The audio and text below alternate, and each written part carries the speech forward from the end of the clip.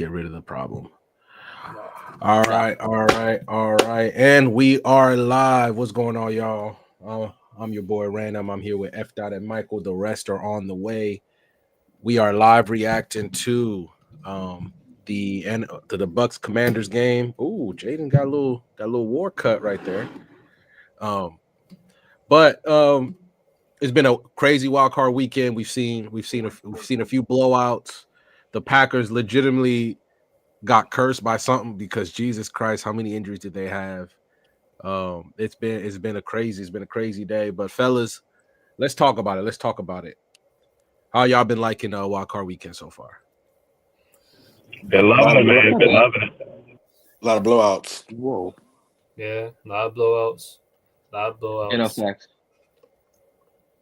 Facts. So games have been cool though. Like the blowouts were competitive. Except for the Ravens one was boring because that one just got out of hand kind of early, but it got a little bit spicy towards the middle. But yeah, I just think what game? The Chargers game? The Ravens. I would say the Ravens game. Yeah, that Chargers game was disgusting. Bro, yeah, no, a lot of sloppy games. Obviously, in the playoffs, it's not going to look as good in the regular season, but just really sloppy performances. Yeah. That Chargers game just was everything I said about the Chargers. Like I was talking to F. Dot and Michael before we went live. I said, yeah, that Chargers game is exactly what I was worried about. That's why I said makes all the throws. Yep. But I feel really bad for the Packers. Obviously, they didn't play well. They still had a chance to win that game, but I mean, every which way they could get somebody injured or somebody got injured. It was crazy, like to the point where, like, even if they won this game, they were a dead team walking the next week. So they're going to go to the Lions and get slaughtered next week. Yeah, most definitely. It actually wouldn't have been. It wouldn't have been no good anyway. You didn't want to see that. The Packers wasn't ready to make the playoffs with them losing Alexander. They wasn't their year. It ain't their year. No, they're still a young team too. Don't forget that. I know. Yeah. They early for real. They early. Like they a couple like a year or so early. They a couple pieces away for real. Hey, Jaden Daniels is so irritating, bro. This nigga really is like DC version of Lamar Jackson. He is. Man. Jesus Christ, bro. He's insane, dude. He's nice, insane. Bro. He's nice. He's a better. He is irritating, bro. And this is the playoffs. Like he don't seem shook or nothing. And I didn't know the Commanders' record was that good. 12-5. I didn't know it was that good. This is also the issue. I'm saying, bro. When I said, bro, the Commanders could beat the Bucs last episode, everybody was like, bro, the Bucs gonna win. I'm like, because the Commanders team be looking fluke though. That's really why. They do, but the Bucs be looking fluke too. I just why I was against it. I just think the Bucs are a better team, but they also have that thing where they start slow, and then if Baker is hot, they're a tough team to beat. Yeah, they're a very tough team. This is the thing though. This is the thing though with the Bucs over anything. Their defense sucks. Like I don't care. They suck. Like Jamel. Like why is Jamel Dean playing 1-on-1 against Terry McLaurin? Beyond me. He's their best corner. He's their best corner, and they have too many things too many plugs to fill too. I mean, they call Shaq Barrett out of retirement. They should have went and got your boy too. What's my man name that played for him when they won the Super Bowl? That the Eagles had that they cut. Yeah. Devin White. Yeah, they should have picked up Devin White too. They need as many pieces on defense, especially they know their system. Covers, though, bro. The Bucs ain't that bad, Mike. They just been really banged up, honestly. Remember, the team that's on the field the last 4 weeks. I'm not saying if they're healthy, different story. But I'm saying healthy, different story. What I've seen. Get off the field, Bucs. And you can't give Jaden Daniels one-on-one situations because this is he's just gonna hit the throw. I mean, he's too much time. You give him too much time, he's gonna hit a dot. He's one of the 5. There it is. In my opinion. There it is. In my opinion, damn. He's one of the You're 5 down. quarterbacks. You're down. Like he is legitimately one of the 5 most accurate quarterbacks in the NFL already. That's Shaq Barrett too. That's crazy. Oh, hold on. No, that's Darby. It's Darby. Darby, right? My bad. How many throws does Jaden Daniels miss a game? I don't see him miss that many. Nah, he got the highest completion percentage in like a long time. Well, Cliff defense holding. Oh my God, get out of here, man! Hey, Bucs, I'm so done with y'all. But Cliff also does a good job of making sure he doesn't put Jaden in bad passing situations. Also, in terms of him making bad decisions. Yeah, because Yeah, because Oh like Jesus, he's on the ground too. Like, bro, McLaurin gonna take over this game. Just double him.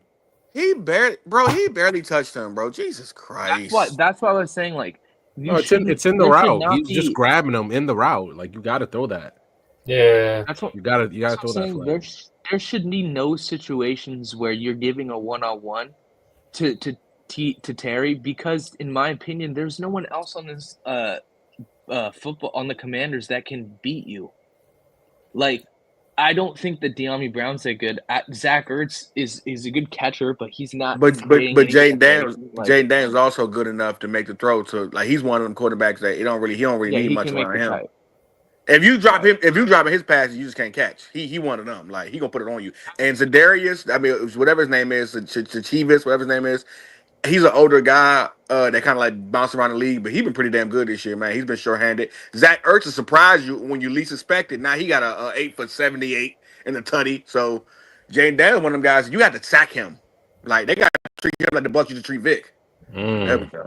They got 17 minutes in time possession, bro. That's crazy. And yeah, the Bro, interior this whole first quarter is gone, bro. This game just came on. This shit is gone. I hate. You know what I hate? I mean, most second of quarter. everybody? I mean, I would say first half. The whole first half is gone. They're doing what the Broncos tried to do to the Bills this morning. I hate Yeah. Tyler Biadasz because that dude was not good. He was mid at best, and now he's just a good center. Like, screw you. Screw you. Did he play for the Cowboys? Or why you saying screw him? Played for the freaking Cowboys, and he was bum. He was not good. And all of a sudden this year he goes to freaking Commanders and he's good again. Like, Well, that's actually a good. Oh, thank God. oh, did he Thank catch God. that? Thank God. No, he didn't. I was Thank about to God. say. Jesus Christ. I ain't gonna lie. Terry, he one of them guys this year. If they throwing it deep to him, bro, it's like he almost damn near always come down with it. Like, he rarely doesn't come down with it. I mean, I've said it. I said it when we went the old open field with players. Good shit. Scary Terry is the most underrated receiver in the league, just because he's. Oh yeah, people everything. He got everything. He got everything. People don't talk to him because he's had trash around him his whole career. Taylor Heineke made Taylor Heineke look good for a little bit there. Like, Scary Terry, and I'm gonna be honest with you, I'm not saying nothing crazy. Scary Terry has like Justin Jefferson ability. I don't know about all He that. has. I compare him more Yeah, to. Let me ask you something about Justin Jefferson, right? Because I know he's great. Don't get me wrong. Very productive, very great. What does he do? Like, great receiver. Don't get me wrong. But what I'm saying is, like, when you say you don't know about that, what do he do that's as astronomically better than his than, route ability to get Scary off Terry? press is way better. His His ability to get off press is way better than Terry McLaurin's. Terry McLaurin struggles to get off press a lot. The thing though is most of his deep balls are strictly off coverage because he could just beat you if you give him space. His burst is insane. But Justin Jefferson, I think Justin Jefferson's a great route runner. Like, he creates a lot of separation, but it's not. I don't think it's like at a super all-time level. I just think he's really sound. He's just very, very good. Yeah, for me, I think Justin Jefferson. I'm with you, Mike. I think he's like a Marvin Harrison. I think he's like he's not for nothing. It's nothing he does for me that's like astronomical. Like, he not jumping out the gym. He ain't the fastest nigga in the world. But what he does is everything that you need to do at receiver, as far as technique and skill wise, he knows how to do at an elite level. So, like, say, beating the press, route running, racking your guy, selling a route, like red zone threat. He does everything elite, but as far as like his body of work, he ain't the fastest nigga. He ain't the most jumping his highest nigga. He's just a really solid receiver that has mastered everything. Yeah, to where Jamar Chase is like scary. Jamar Chase is like super fast, super strong, jump out the gym. It's like, you know what I mean? But I still think Justin Jefferson is in the top realm of athletes. He's just not like Jamar Chase. No. But I don't think he's the top. Right. I don't even think he's the top. I don't even think he's the top. Really, no. He's not even a top 10 athletic receiver. Stop it. No, he's not. Athleticism, top 15, top 20. He's still in that realm, dude. At receiver, but that's not. I mean, but think about that: top 15, top 20 at receiver. That's not a good thing. Like, what are we talking about? It's 30 teams, so you. Yeah, but I'm saying when you, right, that's fine. But I'm saying when you couple that with everything else he does, That's like to me why he's so good. Yeah, he's just solid, man. He's just so solid, man. He always gets it done, and that's why that's why I can say about him. Like he always gets it done. But man, I got a miss. That's me. Okay, good field goal. Damn, why the Bucs always struggle first half, man? It just sucks. Hey, man, listen, we got to speak on Justin Herbert, man. Got to have a conversation about Justin Herbert. We was talking about that. That boy, bad boy, man. Let me tell you something, man. Well, one, he need help, but also two, I do think he I ain't gonna lie. I think somebody in the chat posted him next to Andy Dalton, and I can see that's disrespectful. It was nasty. It was nasty, but I kind of see where they was going with it. It was nasty, but I see what they were trying to do with it. They were just being nasty about it. But he is a guy. That was me, by the way. That was me, by the way. Yeah, he is a guy with I ain't gonna lie to you, man. Like we always hyping him up, but I'm gonna give him this slide though. They ain't got no receivers for real. Literally, they are Lab McConkey or unalive themselves. I feel like I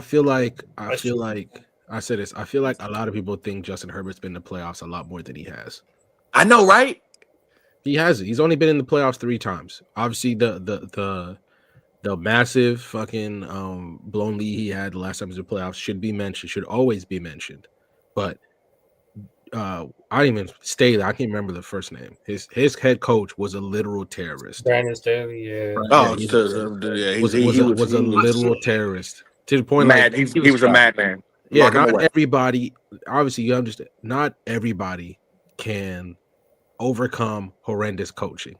Those are the 101s who can do that. Justin Herbert's not one of them. He's just like he's on the. If Mahomes is S tier, everybody else is A tier. He's B tier, or maybe bottom of A. And everybody else is I ain't gonna lie to you. I think B tier, no A. I think we gotta stop that. This is my fault. You finish.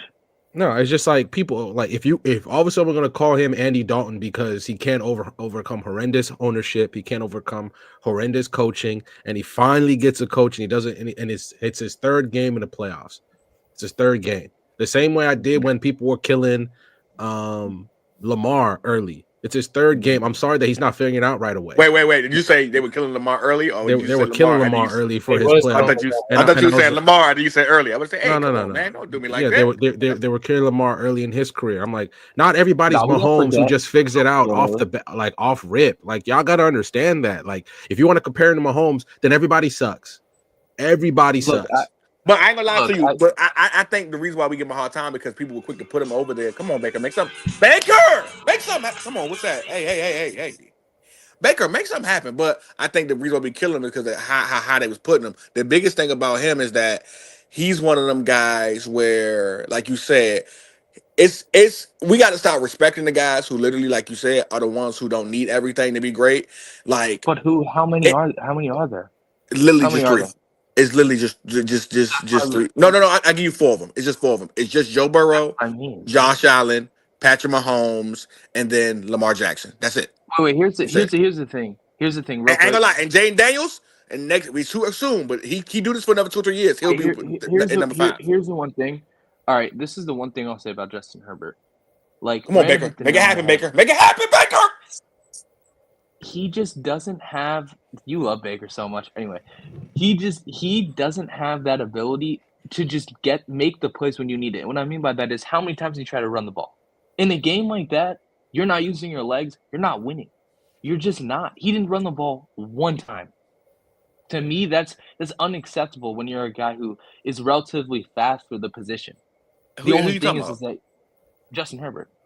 Justin Herbert ain't that fast though. I think you. He's fast, but he's mobile, dog. He can move. But he's not. But I'm gonna be real with you. Just because somebody can move B line and A line and B line, like Justin Herbert don't have no skills to open field and trust himself like that, and that's why he don't do that.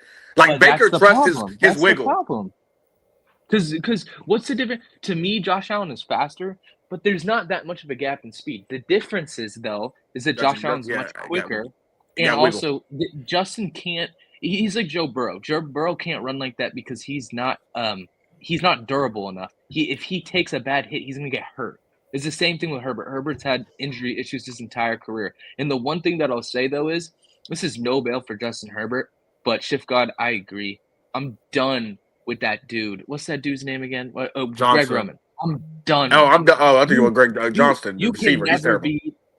Well, yeah, Quentin Johnson too. but I really want to call him a bust, but I won't. There we go. That's He's the Baker so I know.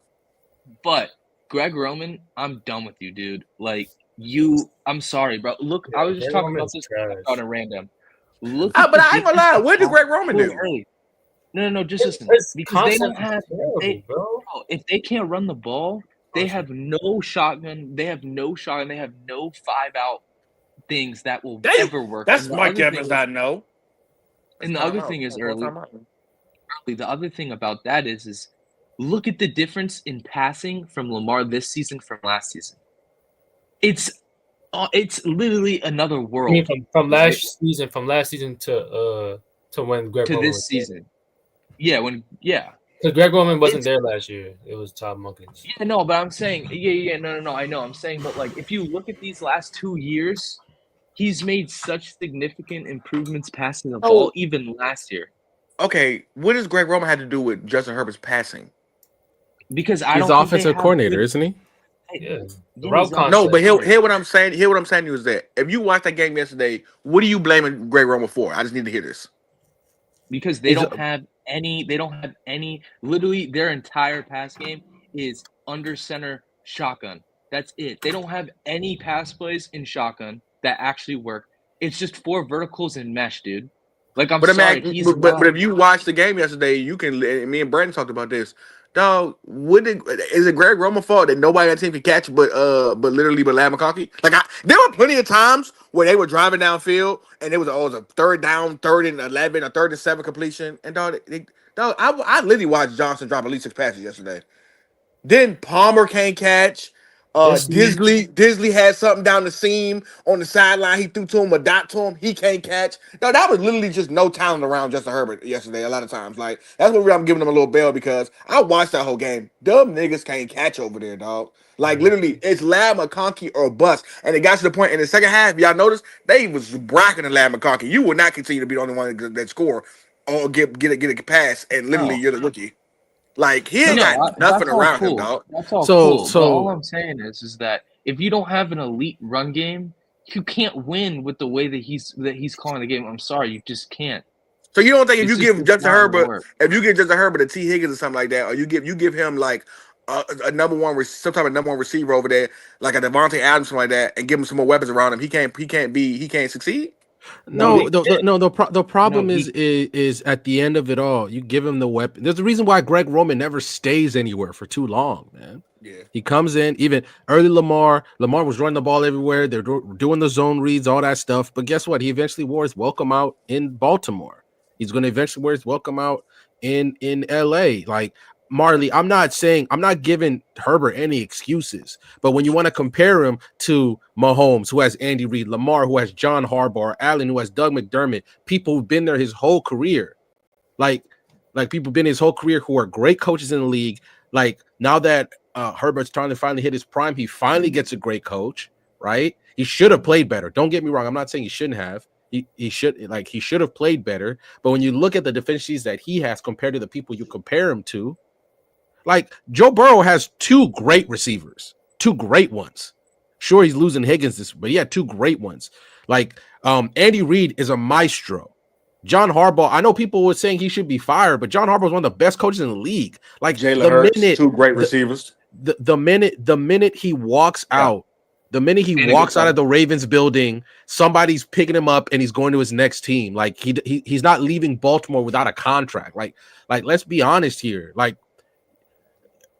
obviously next year is when I'm looking at Herbert. I'm like, all right, bro, you got an off season. Hopefully they get him somebody. They should. And now it's real quick. Now it's time to do things. Even with George Roman, his play calling, you give him a Tyreek Hill. Does it change? I mean, maybe I don't think Greg Roman would know what to do with a Tyreek Hill. Okay, but look, early. I really don't like, bro. His route concepts is, bro. They literally have, bro. They have to run play. They ran play action the whole game.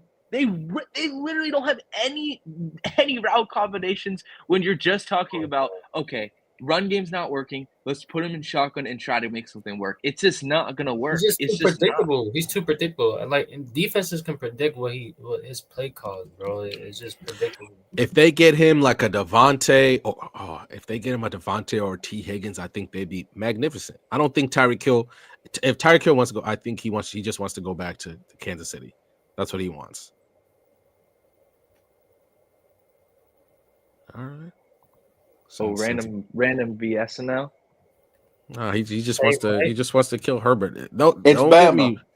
It's Don't Bama. get me wrong. Don't get me wrong. I'm not saying that Justin Herbert does not deserve backlash, but let's put it into context when you compare him to all the other people. Like Mahomes wouldn't beat Mahomes if he played for. If Mahomes wouldn't beat Mahomes the way we know it if he played for LA. Like not too many people can win in that situation. Yeah, Like, I would love to see Mahomes. I would love to see Mahomes succeed in Cleveland. Just be honest. Like it's all right, bro. Like if in a situation like that, like especially like this is the issue. You stop throwing the ball to Quentin Johnson if it's not working. Like the 4th and 2, dude. There was other options there. I was watching the tape. You didn't have to throw to Quentin Johnson. He's too. What's the word? He's not fluid enough in his progressions. It's too robotic. Okay, I'm gonna hit this guy. Yeah, I'm with you, Mike. He don't got it. He just don't got it. In the playoffs, you have to be able to not just look at your first read, or if you are going to, you have to be smarter about it. And the thing is, too, he didn't run the ball one time. I don't care if you're not that fast. I love me some Mike Evans like and Baker. You have to try to run the ball because there's not enough separation. Well, I mean, I'm not gonna say fast, but he got feet. He can move. He should be able to get you at least 4 rushes for 40 in that game. Mike, like there wasn't like no, you got it, but you got a Bama. You have to be used to. That's the thing, y'all. I can be fast, bro, but if I'm not used to actually running with the ball in my hands, like that's the thing. He gotta have the confidence to say I'm gonna make a move. Baker has confidence. That comes from like backyard type shit. I think his whole life, Justin Herbert at 6'6" has been the tall quarterback who sat in the pocket and threw the ball. I think he never had a situation where a nigga said, "Hey, get loose." So he don't even know how to do that. He had games where he did get loose in this season. I've seen him get loose in this season. Like, no, but early, actually, I gotta disagree because in college, in the Rose Bowl, he did that. He went getting loose. He can run, and he should be able to. The thing is that it's different running in college than it is in the league. I'm just saying, he's gotten loose in this season. He's gotten loose in this season. Like he's had some games where he's gotten out the pocket and ran for 12 yards, ran for 20 yards. Like, I've seen it. He has that. But we gotta be honest too. And in those games, if that, he was cooking. He literally was cooking, like throwing the ball, but he kept the defense on their heels because the extra dimension of his legs. All right, but here's what we missing. Who were those teams? Who were those teams? Because it wasn't Daniel Hunter and Will Anderson. It don't matter though. It goes to him. It do matter if the pass rushers he ain't more athletic than Daniel Hunter or Will Anderson. That do matter. They was on his ass. Wait, someone making excuses for Herbert? Is that what? No, we're not. No, we're not making excuses. No excuses for Herbert. We're not making excuses for how he played.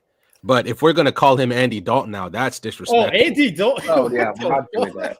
Andy Dalton is crazy. But I will say this though, we got to remove him from them elite conversations right now. Sure. We all agree with that. There's a definite line. Like I told, if Mahomes is S tier, Allen, Burrow, and Lamar are A tier. Herbert is B tier. That's where he's at. Yeah, whoa. You know what was so crazy though? I was saying this so Random's not wrong. No. Can we stop doing this? I need to come back real quick before you say something, Bama. What's because what's this Mahomes S tier shit? Is it just because of the playoffs? Because we're not gonna act like Mahomes got more ability than Lamar Jackson or Josh Allen. Like we don't gonna keep putting S tier. Hold on. Is it ability or is it early? Who's the better quarterback between Lamar and who's the better quarterback between Lamar and Mahomes? Lamar. I'm not even gonna lie. Forrest, the better QB is Lamar, bro. I'm not even finna. All right. Okay, so you're telling me why do we act like Patrick Mahomes got great situations, man? Hold on. So you're telling me right now. I love Lamar. AFC Championship game. Mahomes and Lamar. You're picking Lamar to win that game. Yeah, he already said he would. Now this Lamar right here. Wait a minute. We're not acting. Dog, come on. Dog. Wait, let Bama What go. about the team around him? I'm with you, Brent. This is getting ridiculous. I'm in agreement. Okay, hold on. We literally saw him beat all the people you chose last year, and I was one of them picking other teams. We saw him do it last year with worse talent. I'm not. Marley, I'm not entertaining any. I'm not entertaining this either. His defense was only one step behind. His defense is only one step behind the Baltimore Ravens defense last year. Their defense is on a historical run too, bro. On top of that, but let's just not talk about he don't have Andy Reid, bro. Andy Reid is a quarterback whisperer. All I'm saying is, I see Andy Reid make everybody good. Kevin Cobb, Jeff Garcia. Like if you put Lamar up under this, Mahomes is literally the best quarterback Andy Reid's ever had. That's why he's winning Super Bowls. Like, what are we doing? Random. I'm not saying that he's not. I'm not saying that. Okay, when I'm saying this, I'm not saying Mahomes is bad at all. Mahomes is still great. But what I'm saying is, Lamar's better. From what I'm seeing right now from Lamar, bro. If you put him in with a quarterbacks coach like Andy Reid, his progression speeds up. He did all of this. John Harbaugh was a special teams coach. That was his claim to fame, but you can't say he really develops quarterbacks like that. He went arcade with Greg Roman. Look at the regression of Justin Herbert with Greg Roman. That's all I got. Dude, Greg Roman should not be a coordinator in the NFL. I'm just saying he's a terrorist, bro. So now we get 2 years. No, not yet. Context, not yet. I'm ignoring Marley. We get 2 years of Todd Monken, and Lamar Jackson looks like a whole different QB this year in the intermediate pass game. Does he not? I'll say this, Bama. I'll say this. I'm not going to say Lamar's better than. I'm not going to say Lamar's better than Patrick Mahomes, but I do believe that if Lamar plays for the Chiefs, don't nothing change. Same record and all. But wait. Don't even. What? No, wait. He's not throwing for 50 and 5,000. Lamar's not doing that. Like, what are we? Real quick, this is no. I said this year. I said this year. Before we lash out, I said this year. We're talking about right now. I'm still not saying he's better than Patrick Mahomes, but I'm talking about this year. That's a different dynamic. You go get the same outcome, but instead of it being all 5,000 passing yards, it's gonna be some on the ground and some in the air. And the touchdowns go all right, can hold on. Can I address Marley? If you're gonna use the number of MVPs to show why he's better, Peyton Manning has more MVPs than Tom Brady. And Aaron Rodgers should be your GOAT. Then Aaron Rodgers has more MVPs than Tom Brady. Aaron Rodgers has more MVPs than damn near everybody. And you can name a few quarterbacks that you take over Aaron Rodgers, right? Like at his best, you would take a few quarterbacks over Aaron Rodgers. So using which one's about to be an MVP is not a good decider for you. Yeah, but this is another thing. Wait, Riddell, let me say this because Brent brought up a good point in chat. Mahomes in 2022, to me, that's Mahomes' best season. He threw for 5,000 yards, 40 touchdowns with Juju Smith-Schuster. Obviously, he had Travis Kelce, but we're not about to act like that. He wasn't the main reason why that team was so good because their defense was still poo-poo. Their defense was still poo-poo that season. So I gotta see Lamar. But here's what we get off topic though, right? At the beginning, my whole purposes of this that started this argument before we get too far away from it is that I no longer am putting Patrick Mahomes in his own tier no more. I'm not doing that no more. No S tier. No, I'm not doing that no more. Why? Because he's had dog weapons. I'm not entertaining this. Him, Joe Burrow, Josh Allen, and Lamar in the same tier, y'all. They're in the same tier. I agree early. We're not gonna keep doing this S tier and then everybody else. No, I don't understand how you haven't seen what everybody has done, including last year when everybody had a chance to take Mahomes out at their crib with Mahomes' worst team, and Mahomes still walked out there with the dog at their crib. Like, I don't know what's going on. But random, I can attest that to that defense. That defense Spags. Mahomes is also making plays. What are we doing? No. Hear what I'm saying though. Are you saying? Here's the thing though. Are we talking about winning? Is he S tier because he wins? He's S tier because he's the best quarterback in the league. Listen. No, Mike, stop, Mike. Because we get too far. I'm talking to random. So he's S tier because he's the best quarterback in the league. What does he do better than Joe Burrow? Besides the fact that he doesn't have the slow starts that Joe Burrow has, even though Joe Burrow has better offensive talent than Mahomes, give Mahomes Jamar Chase and T. Higgins and watch what he does. Give Mahomes Jamar Chase and T. Higgins. So Mahomes didn't have Tariq Hill and Patrick Kelsey. Give him right now. This is what he's doing. No, Michael, don't fall for it. And Sammy Watkins. Early stop. He got D-Hop. Oh, no. Oh, D-Hop is not. What are we doing? Now we're Now going. we finna tear down. You want me to say You see what I'm saying? Jamar Chase. Build somebody up. That's That's what y'all are doing. That's what y'all are doing. Because y'all trying. You're doing the same thing with Andy Reid, so don't even start. No. So, hold on. D-Hop right now at this state of his career is not T. Higgins or Jamar Chase. Jamar Chase, who just won the Triple Crown. That's not even close. Jamar Chase, D-Hop's not even top 20. You can say one thing. You can say one thing about Joe Burrow every single season of his career. What does he do early? He starts slow every single season. He starts slow or he gets hurt.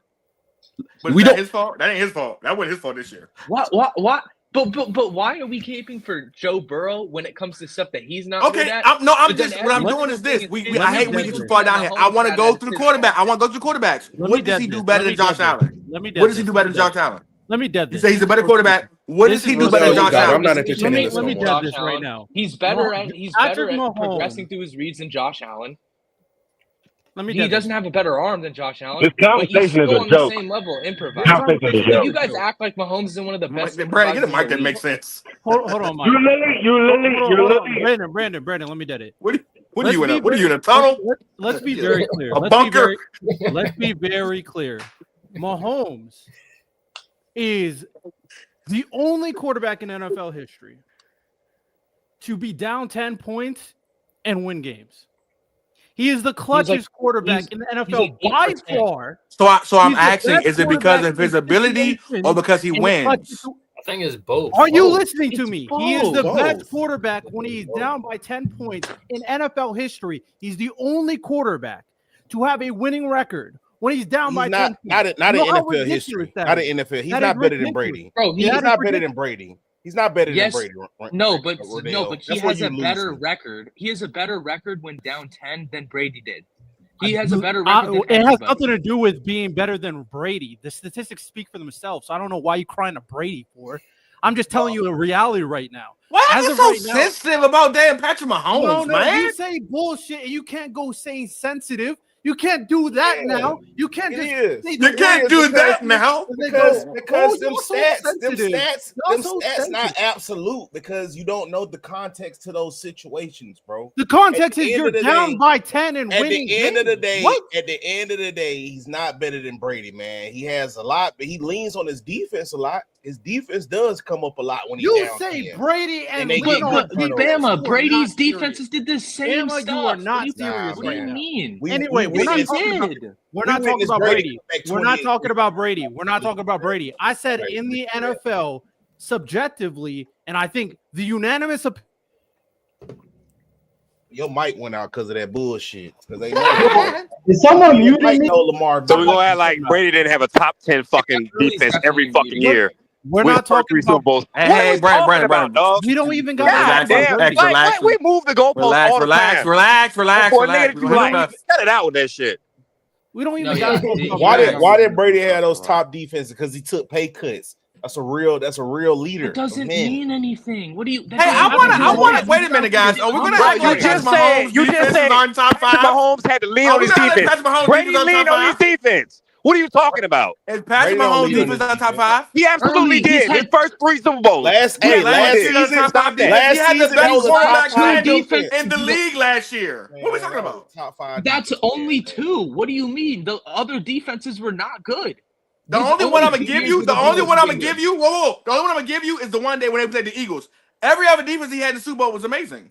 No, the Super Bowl. Not the first one. It's the point. And Patrick Mahomes ain't in the F tier when he beats every single person in the AFC. So now he's not an F tier because of that. What are you talking about? He's the only one that wins on that team. I'm saying why are we giving him his own tier? I don't care nothing about that. Why are we giving him his own tier? Joe Burrow he beat, so he's in his own tier. Point blank. Joe Burrow beat him too. So what are we talking about? He beat Joe Burrow, and Joe Burrow lost. What you mean? Y'all lost to Patrick Mahomes.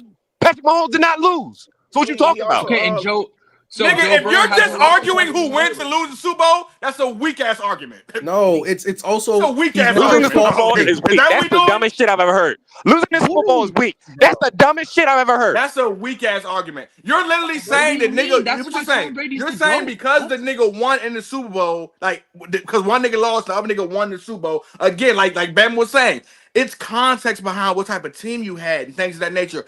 I believe that. Your boy, if Patrick Mahomes makes it that year, he loses to the Rams too. Bro, what are we talking about? Okay, why are we talking about your entire argument early is ifs and buts. That's it. Because if we're doing, here's the thing though. Why I say it can't be absolute because I'm watching at least two. It's at least two Super Bowls that Patrick Mahomes is in. That literally the only reason he won. The only reason he won two Super Bowls he was in. The only reason he won is because the nigga on the other side wasn't to his level of quarterbacking. Jimmy G and last year Brock Purdy, dog. I love Brock Purdy, but that nigga missed so many throws in that game, dog. In the finish that game. He beat Lamar Jackson and Josh Allen last year. What the hell are we talking about right now? This is the stupidest thing I've ever heard. But first of all, y'all, I'm not saying he not his defense. As a quarterback, how is he better? How is he S tier and them niggas not? Is Lamar no longer? Is Lamar not S tier? Mid in that game versus Lamar. If Lamar's not S tier, what the fuck is? Stop doing the this year argument. We're talking about overall quarterback. We're living in the now. You can't say a nigga was better than that. That could be Tom Brady. Y'all act like. Bro, I'll bring up Tom Brady then. Y'all like Patrick Mahomes. What is Tom Brady? ST? S plus? NFL. You act like he's not. You guys act like that he's just out there taking chances like Josh Allen last year. Like Patrick Mahomes is top 5 in everything as a quarterback. I don't even want to disrespect Lamar, bro. Like, do me a favor and name me. Since y'all want to do talent wise or who had more talent, especially I had to do it with Joe Burrow, with Jamar Chase. No, name me the time Josh Allen had a Patrick Mahomes team, please. Because every year his defense is hurt, and then when he got an offense, the offense and shit. So when he had a complete team? Last year, the Bills and the Chiefs were the same caliber of team. What are we talking about? Let's not act like no.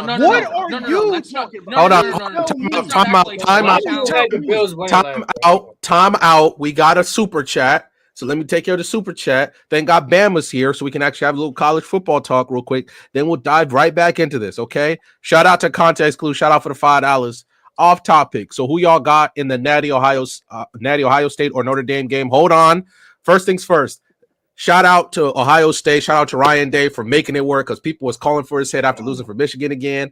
But he found a way to get his team to the Natty. And Notre Dame and Marcus Freeman will culture winning because he leading Notre Dame to the championship again. Hopefully don't end up like the last time you was in the Natty where Alabama took y'all behind the woodshed and that was weird. But Bama, let's have you dive into it first because you're the college football guy. Obviously, Michael, I know you got some in there too. But what can you talk to us a little bit about this game and then who you got? I'm a college football guy too. God damn it. This game gonna be a pretty good game. For the first half, I think. I'm about to say Ohio State finna get busy. Yeah. I mean, a weak ass schedule. I ain't gonna say the schedule weak, bro, because they did. I'll say this: shouts out to Marcus Freeman, man, because he showed a lot of humility with what he did, dog. When he lost to NIU, that coach called him, and he said he ended up meeting with that coach for the next 2 weeks and fixed everything that was wrong with his team. And outside that Michigan, who got a good front seven. Every game he won was a blowout all the way up until the college football semifinals. So I think, you know what I mean, it's gonna be a good game in the first half, but they injured, bro. Even from looking at that last game, Riley Leonard took some shots in that game. Jeremiah Love, I don't like that brace. that brace he got, that means something wrong with that knee. I don't care what nobody say. That nigga Lillard is trash, bro. He is not a good quarterback. He is not. Ohio State just got too much, man. They got their own version of Sonic and Knuckles, JJ, Ibuka. I don't know, bro. It's just too much, bro. I ain't gonna lie to you, man. That shit gonna get ugly, bro. I hate to say it. But Bama. Who did Notre Dame play? They played Penn State. Drew Allard is. I've been saying that nigga's a fraud. Who did they play the game before that?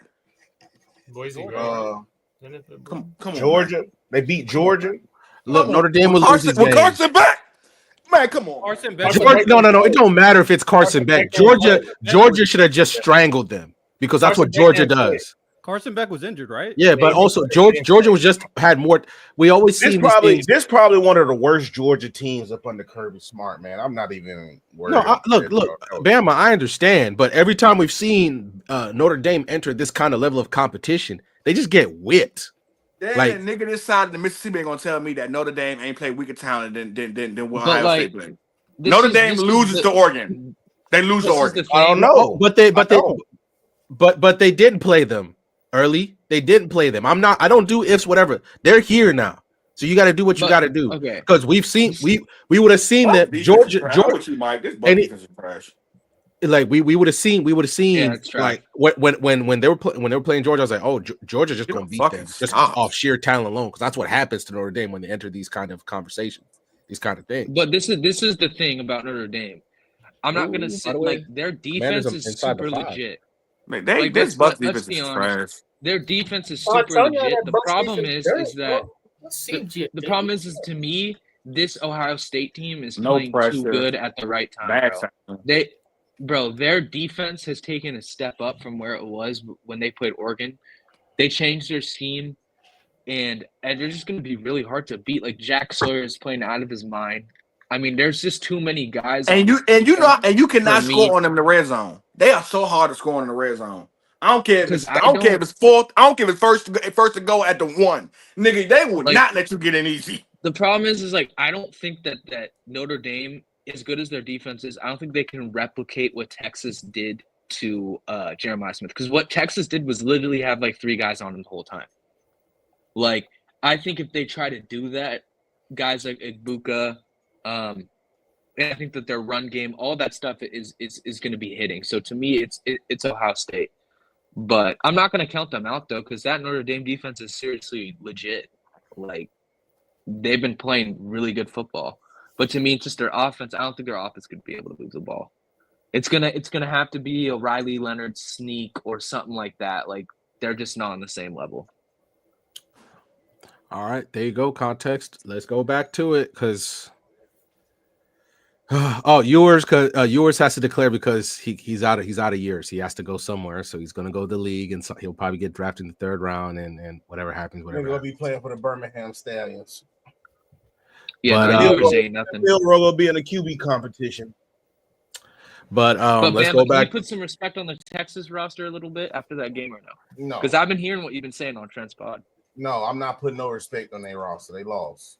They was experienced, like I said. I didn't think they was all that. They wasn't the best team in the SEC.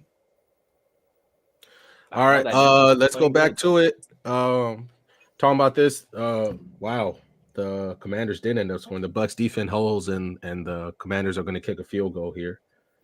Wow, 1-on-1. That's huge. Jamel Dean makes a play. Yeah. Jaden should thank God, Jamel Dean. Well, maybe the Commanders are the ones heading up to go see the Lions next week and getting waxed. I'm sorry. Bro. I think they're gonna get waxed. That's when the roll. Do y'all really want to continue this Mahomes conversation or not? No, please. Yeah, please. I'll say this is just as bad as the Mike Evans conversation we had. Thank God Hefe ain't here because I ain't trying to educate that boy on his own player. Oh, he's probably gonna come in at some point though. Bama, let's get off that topic. Yeah, Bama, real quick. This is the last thing I'm gonna say. Bama, what do you think Mike Evans ranks all time?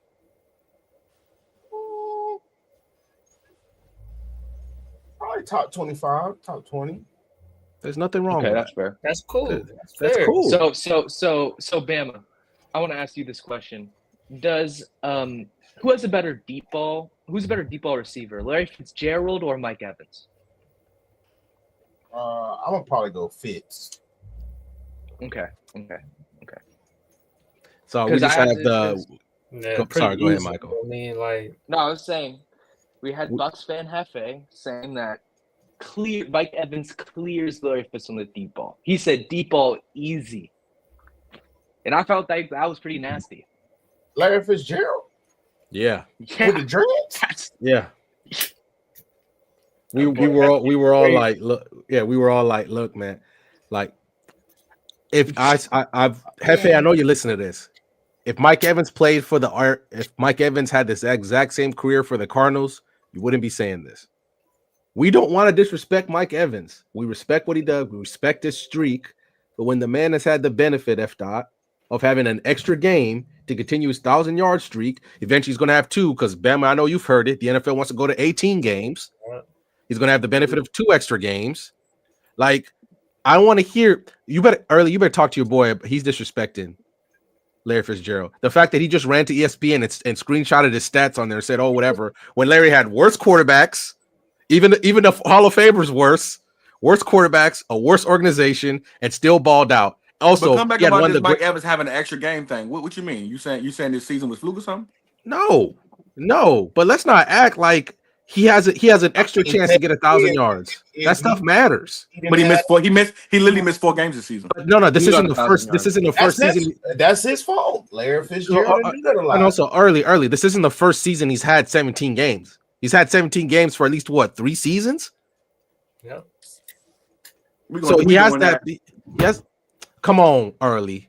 But we're also not gonna sit here and act like I know I poo-poo Jameis and I still think Jameis is a terrorist. But we're not gonna act like that. Once they got Jameis, once they got Bruce Arians, that wasn't a good system for a wide receiver to be in. That wasn't a good situation. That was a good situation for a receiver to be in. I'm sorry, but that's facts. Here we go. 5,000 yards. Here we go. But early, how are you gonna discount the fact he threw for 5K? I don't care about the Bama. Niggas don't fuck with Jameis Winston at all. But if it's to make Mike Adams look like he ain't as much as he should be. No. Jameis Winston is The only reason twisted, but he threw for 5,000 yards though. The only reason we're fighting a back against Mike Evans is because you're trying to put him top 10 all time. That's what you and Hefe are trying. Hefe especially is trying to put him top 10 all time. I said for the future. I ain't saying right now. It don't matter. He still doesn't belong. His streak is amazing, but guess what? But why does he need another 2 years? If he should already be up there. If that's how you feel about him. Mind you, y'all act like this nigga or face mask. Y'all acting like the guy has been playing for 15 seasons to get these 13,000 yards. No, this nigga has played 11 you seasons. Keep adding stuff. You keep adding stuff to what we're saying, but when we're looking, I've heard you guys say longevity before. I heard you guys say Hefe is the one that says longevity. Nobody up here wants to disrespect Mike Evans. Nobody does. But when Hefe and you now and all other boy who roots for the Saints, which is weird because that's your rival, and he's out here saying he's top 5. I'm sorry. But we also, I think what y'all do too is that like y'all look at it, y'all say, okay, D-Hop is better than him because D-Hop to y'all had a better 4 or 5 years than him in the sense of like, but I'm looking at Mike Evans like Mike Evans is dog. What does he not do that you need? And then here's the thing about Mike Evans too. In the playoffs, he get busy too. How many niggas that y'all love wouldn't shit in the playoffs? Mike Evans. I need you to go back and look at Mike Evans' stats in the playoffs again and say he gets busy, especially when you compare him to somebody like Larry Fitzgerald. But Larry top 5 to me. See, that's the thing. And let's be real. And then again, we speaking about all time. That top 5 all time next to that bottom 5 going into the 10. Them ain't even the same dudes. The top 5 greatest linebackers versus the top the 6 through 10. Not even the same guys. Like, just because a nigga top 10 don't mean he fucking with that top 3. It's just that he's in the top 10 of all time. All time. Like when but he's not even better than the guys in the bottom. We're looking. You want to look at his overall game. Where you've admitted it, just Hefe has to because for some reason he thinks, because Mike Evans not top 10, we're disrespecting Mike Evans. No, we're not. We're not disrespecting him. But he never made like that's not. But the fact that when not possible. Yeah, but when Lonnie he wasn't first ballot. He ain't first ballot. Bro, Chris Carter is a better receiver than Mike Evans. Chris Carter wasn't first ballot. Bama, are you there? Yeah. Can we please educate my good brother, my cousin, on what Chris Carter's career was like the first couple years of his career? Don't matter. Shit so funny. Oh my God. It's like Michael. He refuses to listen to what I'm saying. So can I ask you a question? There have been better receivers who have had to wait. It's not even the TOs. Name them. Chris Carter had to wait. Chris Carter had to wait. It don't matter. Chris Carter had the stats. It don't matter. But early, why did he have to wait? Bama. Oh why did Chris Carter have to wait, Bama? It's like he doesn't fucking listen. When I've told you repeatedly that historically receivers, it's harder for them, especially to be first ballot. You got to be that. You got to be that guy. You got to be Calvin Johnson to be first ballot. You got to be Calvin Johnson to be first ballot. Mike Evans on his best day does not belong in the same state as Calvin Johnson. That's nice. You got to be Calvin Johnson to be first ballot. Okay, Calvin Johnson never won shit. Who else was first ballot? Who else? Like was Marvin Harrison first ballot? No, he wasn't. I think Marvin was first ballot. Hold on, let me check. I think Julio will be first ballot though. I don't think so. Another Nick. He might be. I don't think so. If Andre Johnson had to wait, Julio gonna wait. I feel like Johnson waited 2 years. Julio waited 2 years.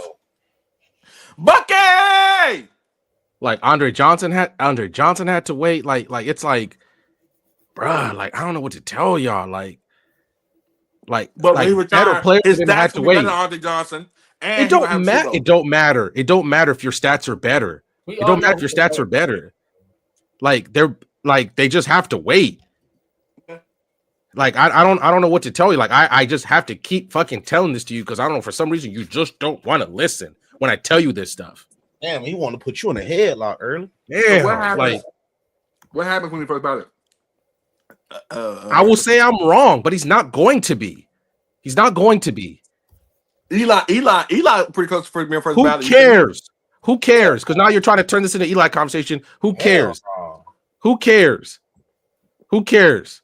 Just saying. I've already said my position. He shouldn't be. He should not be. He should not be first ballot with the other guys who are first ballot. He shouldn't be. He does not deserve that distinction because the other guys who are first ballot quarterbacks were way better than him.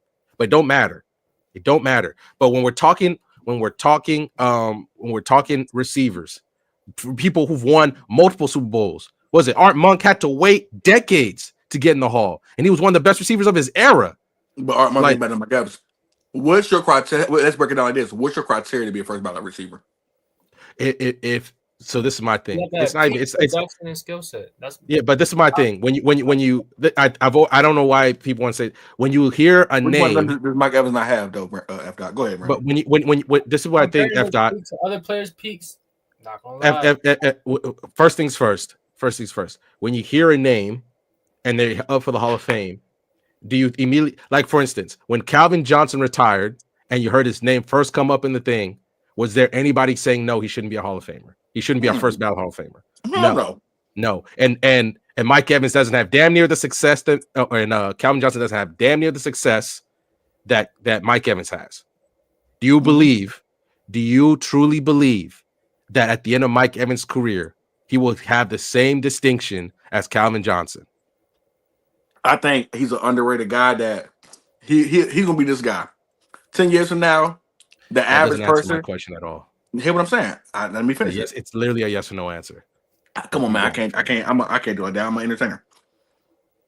I think in the next 5 to 10 years, he's gonna be the guy that when you look at what he's done, playoffs overall, stats overall, production, all that, I think he'll be one of them guys that when his name is making them first ballot waves, you're gonna be like, oh damn, he actually do deserve it. This does not. Torrey Holt still waiting. Torrey Holt is not better than Mike Evans. Isaac Bruce still waiting. Isaac Bruce is a Hall of Famer. Or he finally got, like, they're just better players than him in the pecking order who are still waiting. All right. Well, he might wait. We'll see. Like, Jesus, man. Like, you guys, like Steve Smith is still waiting. Steve Smith is still waiting. I'm gonna add more context. Let me just give me like 5 minutes. Give me a second. Steve Smith, boy. No, Steve Smith's already be in there, but he gonna make it this year. He gonna be in there this year. But I just think Steve. I think at times he's a hot head on the field. That might have something to do with it because they're really petty about that shit. And then I also think, come on, Baker, don't do that. And Mike Evans isn't a hothead on the field. We've seen him legitimately try to spear What's the Saints guy who's on the Marshawn Lattimore. Spear him in the helmet. Marshawn Lattimore. We seen him try to spear Marshawn Lattimore. Yeah, he planning right now. Give him the business on the Commanders. He is cooking Marshawn right now. I'm not gonna lie. Dog walking that nigga. Dog walking that nigga. I just be there on the offensive field, but I'll say this much. I'll give you this much. I think one of the reasons and that's just how petty I think the NFL can be, and the guys is voting. I think if they win that Super Bowl in 2004 against the Patriots, Steve Smith be in. I know we say to ourselves that winning isn't a stat that receivers should have to worry about unless you're astronomical and a la Randy Moss, a la Calvin Johnson. But I do think it helps. Get in there, Bucky. It helps, but it's not like it is. It's not like it is for quarterbacks. You've seen Calvin Johnson made a divisional round once or twice, and they didn't think about it. Calvin Johnson and he was but he was like, dog. Calvin was but in his prime. Not even Randy fucking with Calvin, like in his prime. But this is what I'm trying to say though. Like that's what I'm trying to say. Even when it comes to Mike Evans, maybe a few years in his career, he was a lock top 5. He was never a top 3 receiver at any point in his career. There was always at least 2 receivers better than him. Always. Like that year he went for 1,500 and like 14 touchdowns. He might have been top. Earl, let me ask you a question. No, here you go. Let me ask you a quick question. Are you finally here? Go ahead. No. I want to hear. So Frank Gore, right? You consider him top 10? We've had this argument already. If you was on the show, Frank Gore. Stop. Did we already do this? Stop. Did we already do this? Stop. Is Frank Gore top 10? Is Frank Gore top 10? We're gonna do it again? No, yeah, we're gonna do it again. Is Frank Gore top 10? Similar those situations are, but they like it because if you were here, I don't want to hear none of that. Answer my question. Answer my question. I don't want to hear. I don't want to hear your theatrics. You would know. All you are is theatrics. Stop that. Answer the question. All I am is Frank Gore. Is Frank Gore top 10? Is Frank Gore top 10? Is Frank Gore top 10? Because he's number 4 in rushing yards all time. Yeah, because you played 60 years. So your argument doesn't make any sense. Okay. So your argument doesn't make any sense that Mike Evans is top 10 all time. That's not true. It's not true. It's the same exact thing. It's not true. It's the same exact thing.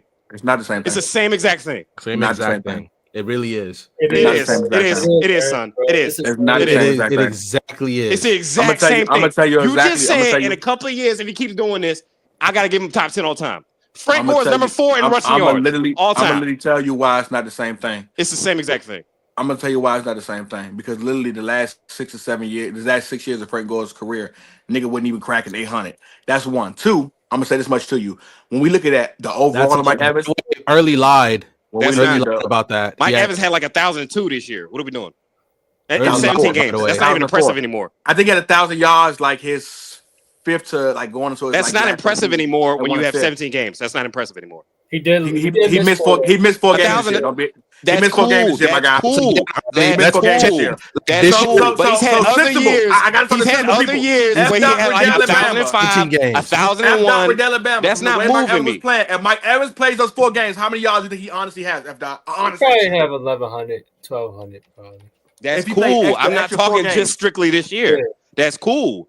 I'm talking other years. He had 1,004, 1,001. Look it up. So let me ask you something, Brandon, and this is how I can kill this.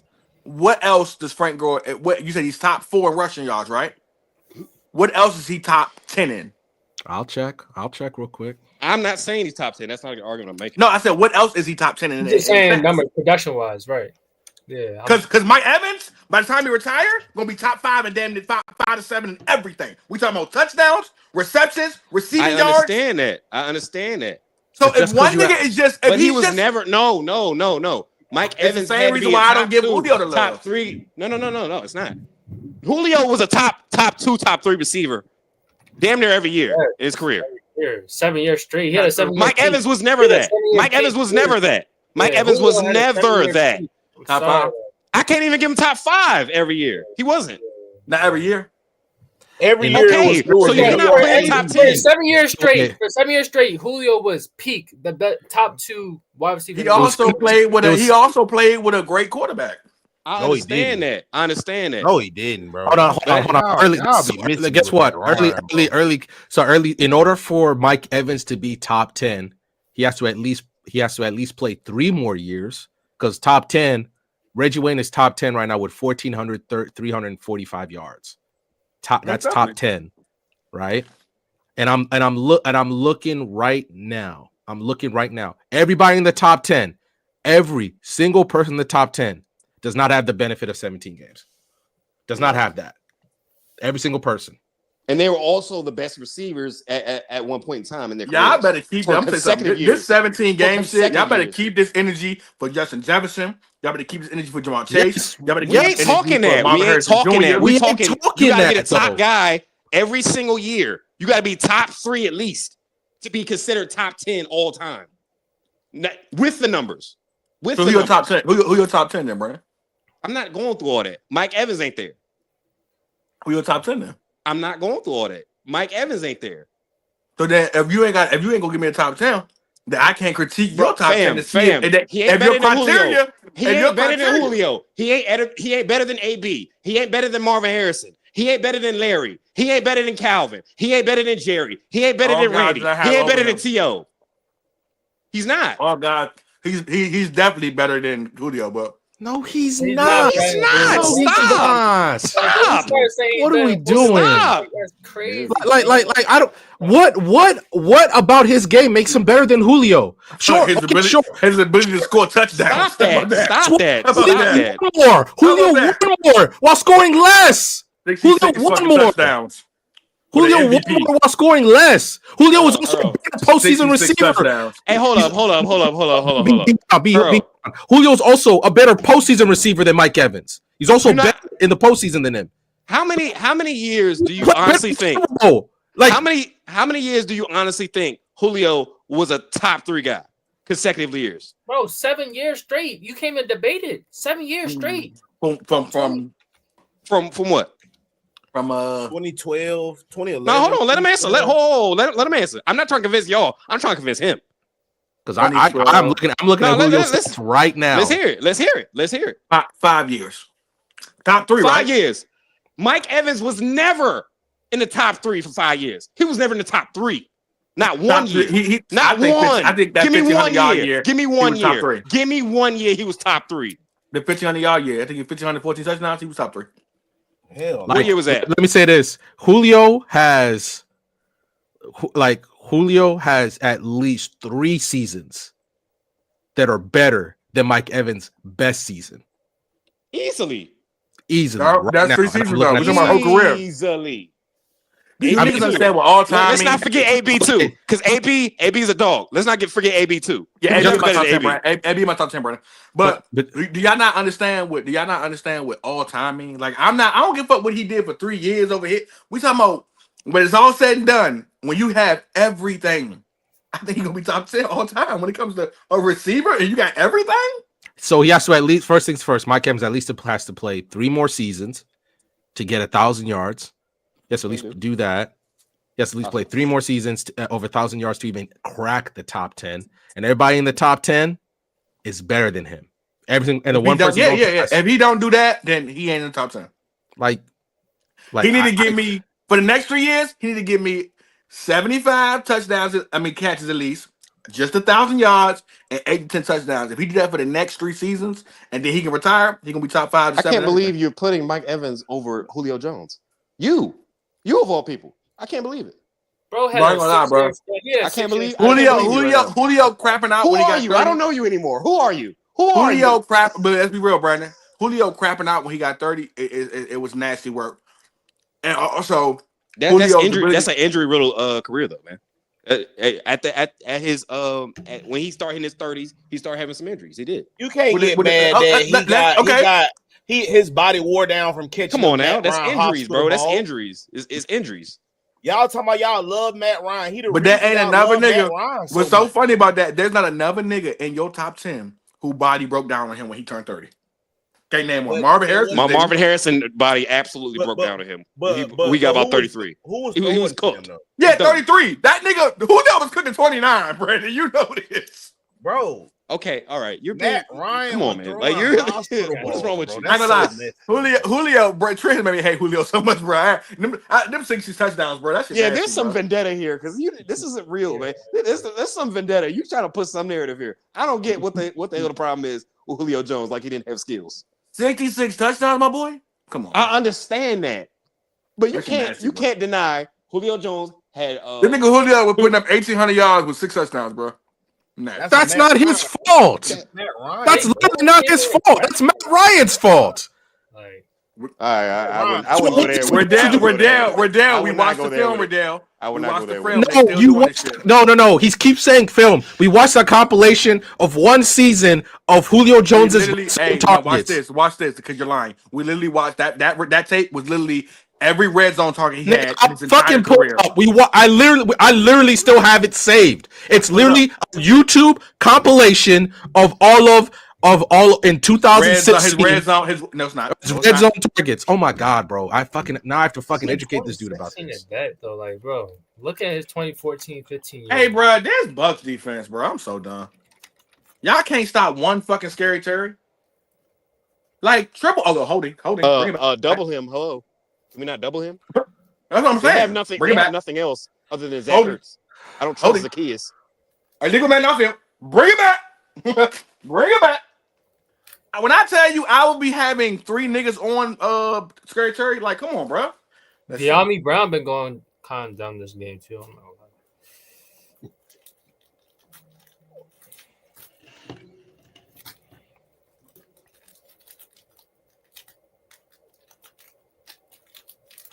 Let's see. I have the video pulled up. I ain't gonna lie. It was De'Ami Brown is giving you some troubles. I don't know what to tell you. Brandon, the video we literally watched was like 3 minutes long of all of his red zone targets from the 2017 season.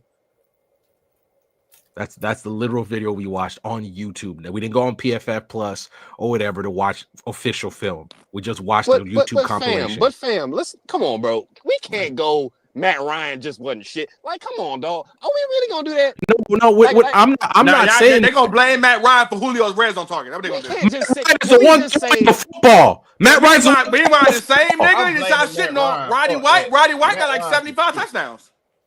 Matt Ryan some shit. That doesn't make Roddy White better than Julio Jones. What are we? I didn't say. Oh my god. Oh my. What I'm saying just because you was better than him. What I'm saying is that if Matt Ryan couldn't get the super duper demon of a receiver, Julio Jones the ball, but he can get Roddy White the ball, can we just not admit that maybe Julio Jones wasn't good in the red zone?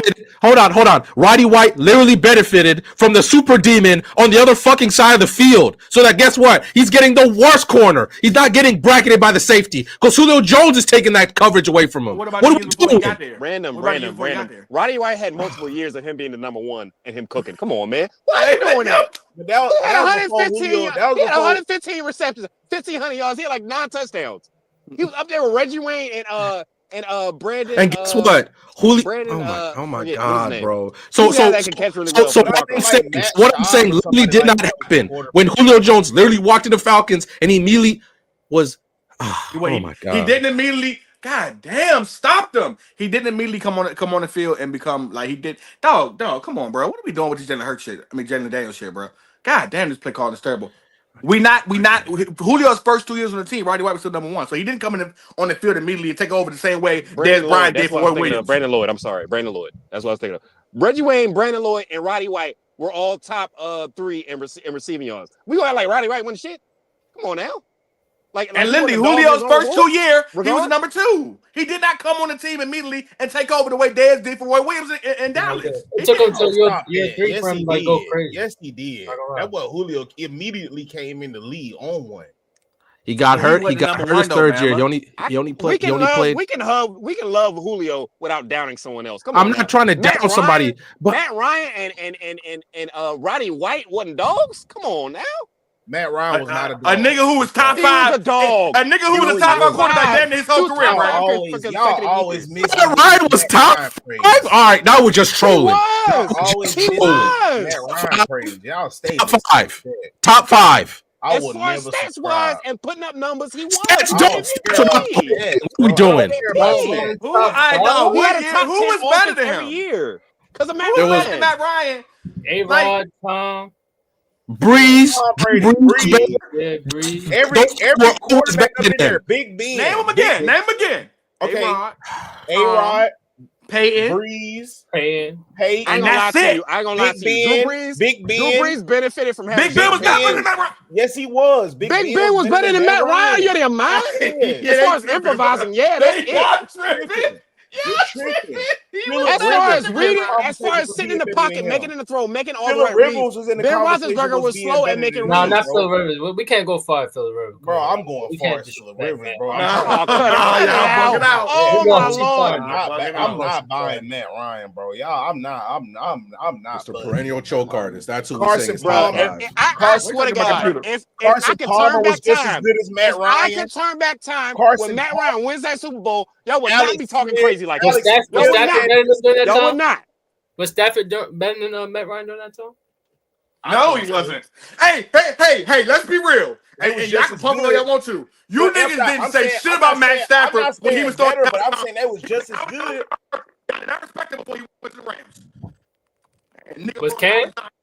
Stafford was going for 4,000 and 5,000. Hey, F that. Don't ask me about Cam. I think that 2015 season is the greatest season ever by QB. That was a crazy season. I don't care what nobody say. I feel like Cam really, he was the one, bro. And he already forget about Andrew Luck too. Don't forget about Andrew Luck. Luck was a beast. Boy, Luck was a demon. And that O-line was terrible.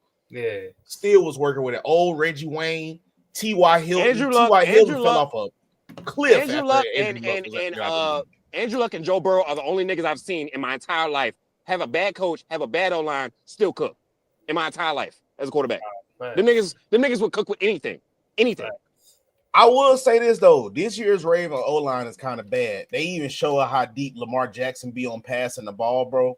That kind of proved they O-line not as good as people think it is. It's just Lamar is kind of dynamic and he moves with his legs, bro. Because they show it's 15 yards in between him and the line of scrimmage before he even passed the ball, bro. Like that mean the O-line bad if you got to be that far off the ball. Then they even showed one play where he had to drop back almost 22 yards to get a pass off. Yeah. So Lately on our right side is just he's bad, bro. I'm not gonna lie. Everybody else is cool though. Leonard Baum, he a good center. You know, Ronnie Stanley having a good year too, but Rosengarten is nice. But yeah, the O-line's not as good. Mick Swagger ain't lying. Marcus Lattimore is getting beat like he stole something. My God, that boy getting beat like a drum. Lord have mercy. Yeah, we gotta have that conversation where he just ain't that dog no more. Yeah, it might be. It might be that time. Yeah, it might be that because Lattimore been getting burnt. I mean, Mike Evans, they just have they just got a hate for each other, bro. No. Because Lattimore had literally 3 holding penalties against AJ Brown. AJ Brown was cooking him so bad. They literally all. Hold, Brad. Let me do this, Brad, because y'all was playing. And I'm starting 2010 when Matt Ryan went 28-9. Oh my God, can y'all stop holding these niggas, man? Jesus Christ. Hey, this nigga McCullum that played for the Bucs, get him off the field. You trash, bruh. You trash. Get off the field. Damn, you keep fucking up, man. Get off the field. All right, so 2010. These are quarterbacks. Phillip Rivers, Peyton Manning, Drew Brees, Eli, Carson, Aaron Rodgers, Tom Brady, Matt Ryan, Joe Flacco, Sam Bradford, Josh Freeman, Donald McNabb. By then he was fried. Which of these niggas was better than Matthew Stafford? I'm gonna give you Peyton. I'm gonna give you Drew. I'm gonna give you Aaron, and I'm gonna give you Tom. Every other nigga on this list was not better than Matt Ryan. Phillip Rivers wasn't better than Matt Ryan. Carson Palmer wasn't better than Matt Ryan. That's what tier he in. He in that tier with Carson Palmer and them. That's what tier he's exactly. We said he was top 5 though. That's what tier he's exactly in, bro. He's not no top 5, bro. He in there because when you really think about it and you watch them quarterbacks back then play, he plays similar to what Carson. Because you could even say if Carson Palmer was with the Falcons and Julio and them, he puts up the same numbers. Matt Stafford, same numbers. Phillip Rivers, same numbers. Carson Palmer was not like that, bro. Time out. Tony Romo. I'm taking Tony Romo. Time out. We got a super chat. Fellas, we got a super chat. Shout out $5 from Prodigy. Shout out. Respect Mike Evans. He been cooking Marshawn Lattimore all game. Baker hitting top 10 status. No, I would agree. He's at the bottom of top 10, and that's where he should be. He's not Justin Herbert. He's exactly number 10 and no higher. That's exactly where he should belong. Oh, in this league right now, yeah. Yes, that's exactly where he should belong. Let's not start talking like, oh, he's gonna be top 3 MVP. No, he does not. Yeah. Joe Burrow, Baker will never be that. He's a good. But Baker top 10 now though. He top 10. He top 10 now. He's number 10 early. And he's number 10. No, hey, a win is a win. A win is a win. I don't give a damn about none of that. I don't care. I'm the 10th nigga you gave the pussy to. I'm all right. Hey, I'm all right. I don't need that. Earl, it is vagina number 1 and number 2. You will respect a woman, buddy. You will respect a woman. When a woman gives you a gift like that, you appreciate that. All right. You don't throw that, Brody. All right. 2011. Respect the women. Early by 2012 and up, he's not top 5 after 2012 and up. I'll let you know that right now.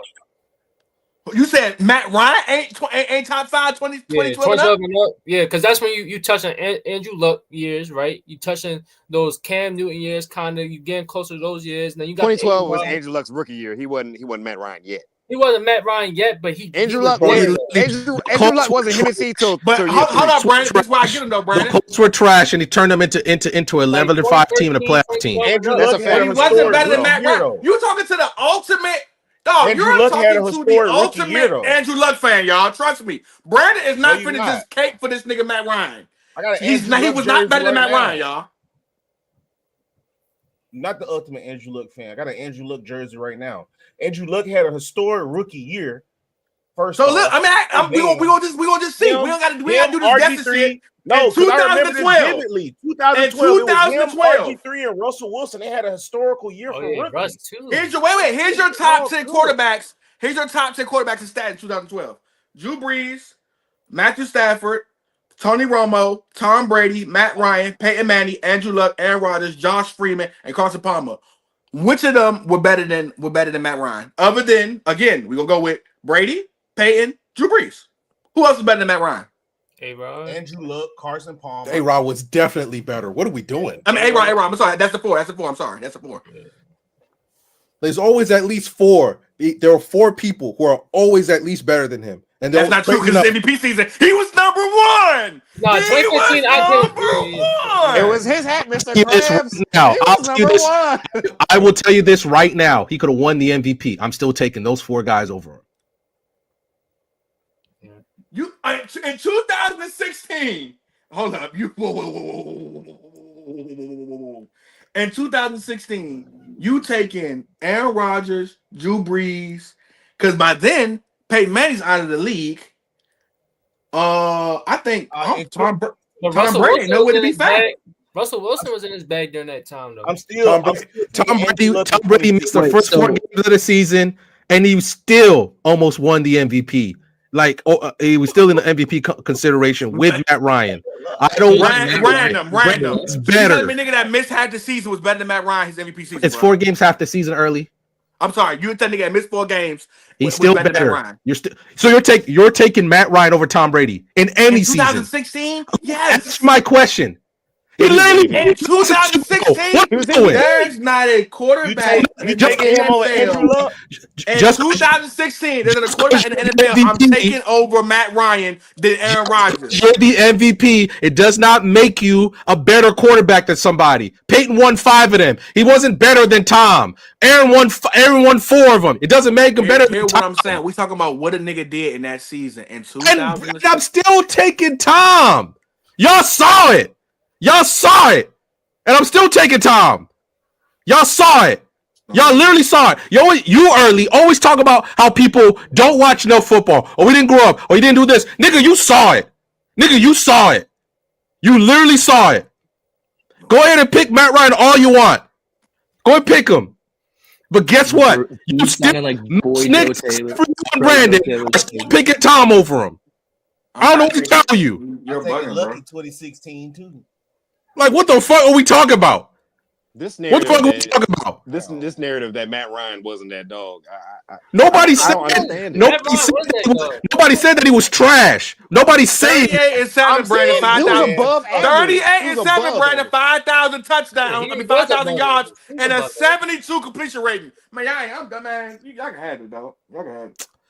Oh my God, bro. Y'all can have it. Only thing I'm taking over him is Aaron Rodgers. Aaron Rodgers 45 that year. Brady went 28. Brady went like 28 touchdowns and 2 picks. 22. And he missed 4 games. Imagine he played the whole season. And he was still in MVP consideration after missing 4 games. And he was still in MVP consideration early. Well, I know one man. Hold on. I know one man that deserves this MVP. I know one man that deserves this MVP who has the greatest touchdown ratio regular season of all time. That is that man in Lamar Jackson. Thank you. Lamar Jackson. He's never going to win another one. MVP3? What you mean? He's never going to win another one. He has to win the Super Bowl now. Now watch this. Watch this. Brandon, 10 years from now, will you say Lamar Jackson? What will you say Lamar Jackson was at as far as quarterback for this season? 10 years from now, dude, that he was MVP. That's why MVP, but he wasn't better than Mahomes. Let's go, Mike Evans. All right, go ahead. Oh, we're not talking about that. I'm not. Oh, that's Michael. But he wasn't better than Mahomes. That's what I'm gonna say. 10 years from now, if Lamar Jackson wins the MVP this season, Lamar Jackson went better than Mahomes in 2024. It's the same argument. It's the same argument with the Peyton and Tom thing, dude. It is. You're never gonna. Nobody wants to be on that side of that, but it is what it is. Like this crazy part. If he wins the MVP this season, he will never win another one until he wins the Super Bowl. He will never win another one until he wins the Super Bowl. Well, this season ain't over with because Lamar won the Super Bowl this year. It's nothing you can talk about. Especially if he beats No, Baker, no. Oh, Baker, no. Baker, no. Baker, first things first, he has to do it. No, Baker, he has to do it from playoff history. We haven't seen him do it.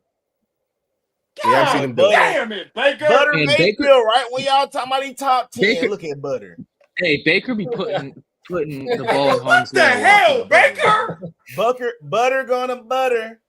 Butter Mayfield. Bro, he be putting the ball. He's way too reckless with the ball. I'm sorry. He's way too reckless. You can't do that, bro. Playoffs. This whole conversation just goes back. Well, my thing is this though, F. Why are we doing these dumbass trick plays, man? Can we get a little further away from the end zone before we do fucking handoffs? I'm so sick and tired of the Commanders getting the luckiest crap of all time, and that just propels them to a win. They just squeak by with the lucky, bruh. I'm getting so sick. But why are we doing fake laterals though? Trying to be cute. Thank you, Marty. Trying to get too fucking cute. God damn, y'all just barely got the fucking first down to get out your own end zone. At your own 20, bruh. I ain't never heard 2 DC niggas. Yeah, just barely got out the damn end zone. I'm so sick of this, man. This is wild. All I'm gonna say is, you know, F. You didn't live in DC, nigga. First of all, y'all know that. Fun fact, y'all know Washington D.C. was the last team to get a black player because literally the president forced them to get one. Damn. Yes. Damn. All I'm gonna say is to the previous. I don't care if Jaden Daniels was my cousin. All right, the way they do black people is messed up. I don't know. I'm never rocking with the Commanders. Never. Me and Brandon got to witness. Me and Brandon got to witness firsthand. Me and Brandon got to witness firsthand what they did to RG3. Never. Exactly. Never. Never. I respect. Never would have made it. Heard y'all. All I'm gonna say toward the previous conversation is that if we're just gonna go based solely on stats, trying to be cute, stats should never be your only thing. Trying to be cute. Stats are always dumb to just base them solely on stats, and you need to educate your Buccaneer friend on that. Screenshotting your Buccaneer friend. Yeah, screenshotting Larry Fitzgerald's stats. Is this why he's better? Such a slur just now. The way he's a sucker for not being here. Like, where you at? That's your Buccaneer friend. This is the issue. This is the issue. Is that this is my biggest problem with it, right? Is that you we literally had a 3-hour-long conversation about whether it's harder for guys in the 2000s to play receiver or now, and then all of a sudden you want to just totally deny any sort of context and put that stat line. Like, it just doesn't make sense. What are you talking about? And this is the other when he posted the Larry Fitzgerald stats and was like, "How is this better?" Just screenshotted the Larry Fitzgerald stats ESPN page and said, "This is why Mike Evans is better." I'm not putting Mike Evans over Larry Fitzgerald in his best day. I don't know. I could screenshot Frank Gore's stats. Over Fitz is crazy. Over Fitz is insane. Anytime. Frank Gore is a good running back though. Yeah, no. I think Frank Gore's better. We act like Frank Gore. His first 7 years, he went top 5 though. No, he was top 5 every year. Frank Gore, in my opinion, was a better running back than Mike Evans was as a receiver. Yeah, exactly. Not true. But Bama, this is my thing, right? Not true. No, Bama. This is wait. Before What? we go crazy, this is my point. This is What? my point. Bama, wait. Oh my my point God! was, Like Frank Gore argued was the best player in the league at his best. Oh my God! This is my point. This is my point. So if we're gonna say Mike Evans is top 10 based off of production, then you have to say Frank Gore is top 10 because his production is out of this world for a running back. That was my entire point. Dude, he's like fourth in rushing all time. And we don't do that. And we don't do that for him. But all of a sudden, we want to magically do that for Mike Evans when their situations are extremely similar. Extremely similar. They're neck and neck. Neck and neck. But no, because Mike. But let me say this: if Frank Gore did all that in a Bucs uniform, you bet money Hefe would be out here with his Bucs praising the Lord, to the point end of it from Hefe. Like Hefe.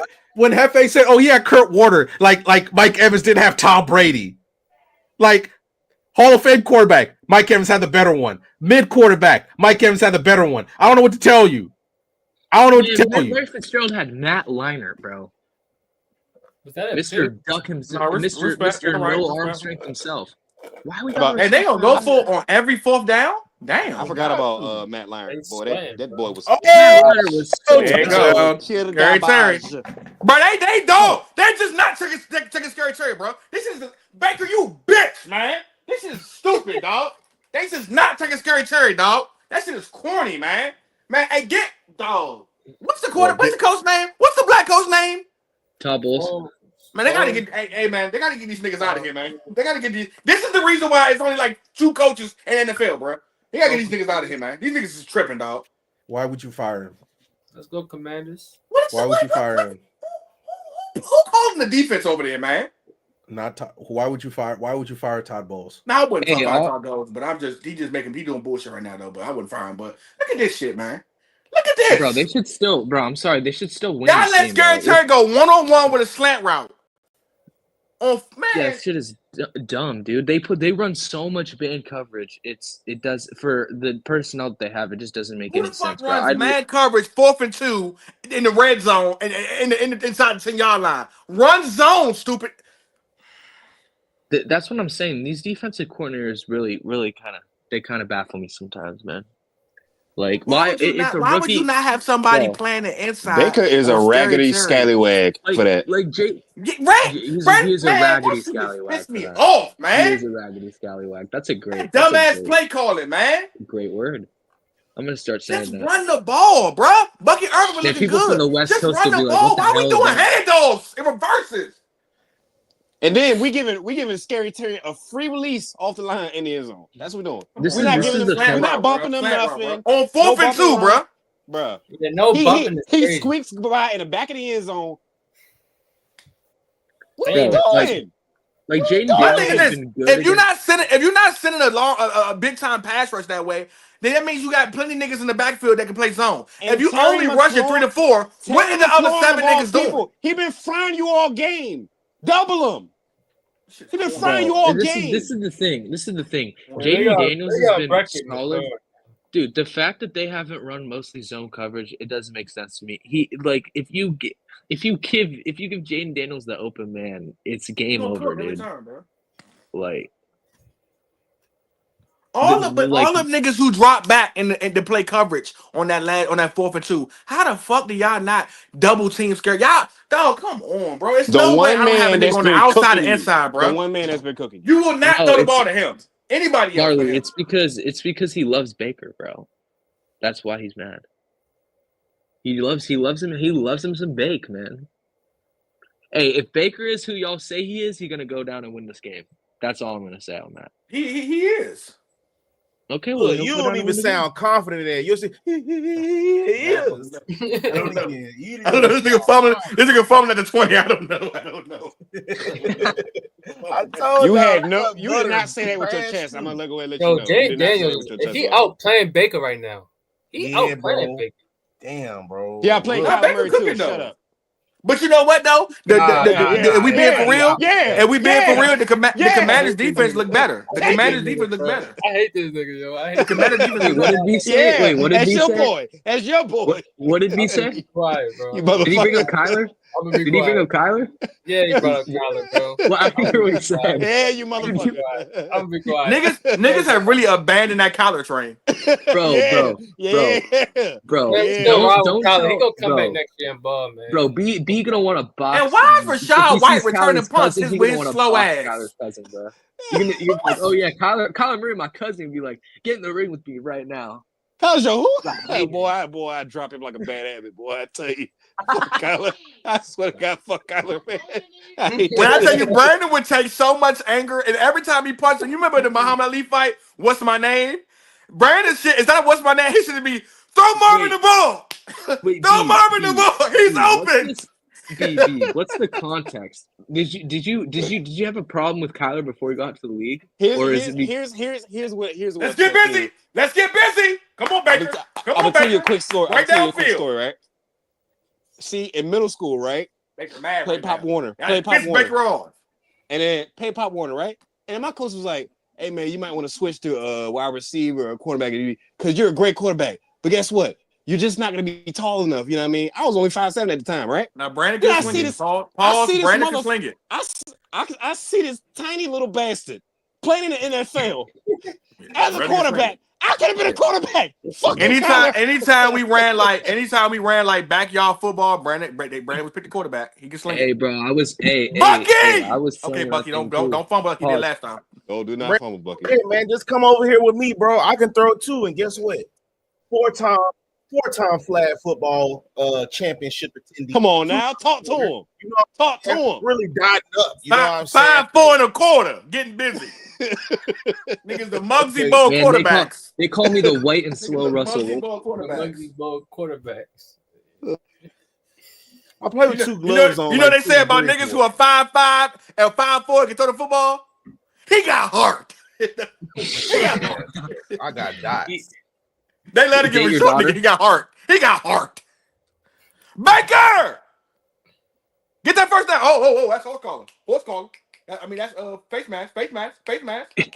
This dude want to put Baker top 5 so. You see the bullshit? You want to put Baker top 5. That ain't face mask? That ain't face mask? Oh, nah, it wasn't face mask. Man, I'm actually so far behind in this game. It's embarrassing. Yeah, man, I'm using actual NBC, so I'm not doing the streams no more. The streams suck nowadays. Y'all done ruined the stream. Y'all done told everybody about Stream East. Y'all done ruined the streams, bro. Bro, Stream East is cooked, bro. There's too many. I know, because you niggas say it on every live broadcast and every podcast in America. You're supposed to be quiet about it. Would you use the Stream East? Like, what are we doing? Yeah, bro. It's just cooked, bro. Bro, can we talk about that stiff arm Dallas? Cause I just watch your boy Otten get the ball. Can we talk about that stiff arm that Dallas Goddard gave Valentine? Oh my God! I was gonna text him about that. How do you? Hey, what's your man Brandon that be doing the videos when he be doing the tape? He got the glasses. I mean, I think he light skinned. He be doing the films. Oh, you talking about Trey Rags? Trey Rags? No, not Trey Rags. The other one. The other one who be doing the film session. Oh, Mr. Go 30 or something like that. He freaking destroyed that nigga. Oh, Mr. Go 30 gonna go ham. Could you imagine being in film session seeing that shit, dog? You had 3 tries at the nigga. Dallas Goddard got stiffed on 3 times, like 4 or 5 times, though. That joint was embarrassing. If Dallas Goddard wasn't on the Eagles, bro, he was somewhere like he would be getting real ass yards. I've always thought he was good. He is somewhere where it's low. He has some injuries too. Yeah, that's also part of it. Yeah, when he's on the field though, he's nice. But okay, right now, Dallas Goddard or prime Zach Ertz? Dallas Goddard or prime Zach Ertz? Oh, I don't know, dude. That's actually really close. Zach Ertz was Zach Ertz was like boy. He was Carson Wentz's favorite buddy. He was. Bro, freaking carried Carson Wentz's bum ass. That's someone that I actually don't like. I just don't like the way he looks. I don't like the way he plays. God, I hated Carson Wentz so much, bro. And Carson Wentz, I ain't gonna lie to you, you tripping that for like 2 seasons. Carson Wentz was sympathy. Yeah, no. Don't get me wrong. I'm not saying when I said I don't like the way he plays. I'm just saying I just don't like him for no reason. I'm not saying that he was bad. No, he was nice. But you know who I really like, but just never panned out. But I really liked him. I used to fuck with Sam Bradford, dog. He just didn't pan out. College, he was it's nice. too much of a statue, bro. College, he was slinging. Look at this stupid shit they do. Hold the ball, Bruce. They got that was a bad snap. You kicked the field goal. That was a bad snap, though. That was a very bad snap. Y'all should just about Jordan Love. Oh yeah, Marley. Let's talk about Jordan Love because that was a winnable game, bro. He's fraudulent, bro. I've been telling. We got to have some conversations about Jordan Love because the way people be propping him up, I don't see it. Bro, did every receiver on his team not literally like damn near early? We're not doing that early. We're not doing that. No, because what are we doing, bro? Jaden Reed was cooking before he went out, bro. I ain't gonna lie. Niggas blame him for that pass to the Heath when he was out of bounds. Nigga, any other receiver gets out of bounds. Yeah. Okay. And they blame that shit on him. Cool. No, that's cool. That's cool. My only problem with Jordan Love is this. I think Jordan Love can still be a top 10 quarterback. Don't get me wrong. I'm saying pump the brakes because there's too many situations where I see Jordan Love and I'm like, what the are you doing? Dan, can you plug a rookie for one drive? Like, one drive when you plug there's just too many situations. Pick or something. Shit. Play a rookie for one drive. Please give me one drive. Can you pull a Baker just one time? God damn, I've never seen a nigga be his first year league playing like he a 7-year season vet. God damn. Just make one mistake. Jesus Christ. Can't forget about my man JD, bro. Nah, he's listen. I ain't gonna put him out there because CJ Stroud showed me that you can't just be slicing niggas, but man, he give me one more season of this, dog. He top 10. I'll probably put him over Baker. Yeah, nice. I agree. It's a lot of niggas getting out of there. Dak up out of there. Who else? But like, there? Trevor Lawrence is damn sure up out of there. Trevor Lawrence is so out of there, bro. I'm so sick and tired of talking about Trevor Lawrence, bro. I'm actually Jalen Hurts win the Super Bowl. If Jalen Hurts has to literally win the Super Bowl to stay in there. If he don't win the Super Bowl this year, I'm blaming him. He up out of there. Context matters. That team is too good. I'm not gonna lie. The way that it's looking right now, he's gonna be out of there real quick because we could talk about Jordan Love, but we also have to talk about how Jalen Hurts didn't play well either. That game was mid as hell. Both the niggas were mid as hell. They were super mid. But one of the niggas had everybody, and one of the niggas didn't have nobody. So that's bro, like that. But also, that was a close game, bro.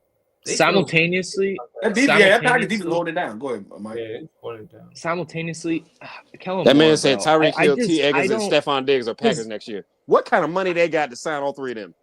Niggas ain't gonna have nothing left. That's fantasy world, brother. Come on now. That is big fantasy world. Who you say? He said Tyreek, T. Higgins, and Stephon are all Packers next year. Between all three of them niggas, boy, what? Bro, this dude's YouTube account. They might get lucky. I'm be real. They might get lucky. I think they might get lucky. Your man, they gonna get bro. They could get a Tyreek Hill, but he wouldn't go there. But they can get T. Higgins for sure. They might get lucky, and he might give them a back home discount. I can see them getting Devontae Adams for the low. I can see them getting Devontae too. I'm not gonna lie. I can see him getting Garrett Wilson. I'm giving Tay a 1 year deal. I'm giving him a 1 year deal. That's it. Yeah, but look, year by year. This is also the thing. I'm giving him the Odell deal. 1 year, 8 to 10 million. That's all I'm giving. Like, bro, I'm getting real sick of the Bills front office. And I'm getting rid of Dobbs, and I'm making Reed our slot receiver. Like, how many times are the Bills going to not invest in their offense in the free agency? Like, how or trades? It's Stephon Diggs was the last thing. Other than not everybody can get Howie Roseman from the Eagles, the GM, Howie Roseman. Shout out to him. He's a dog. I think they get somebody this offseason though. I think they do too, especially if they lose. Shit, Coleman might be a whole new nigga next year. Stop that. Keon don't get no separation. I know he got number one ability.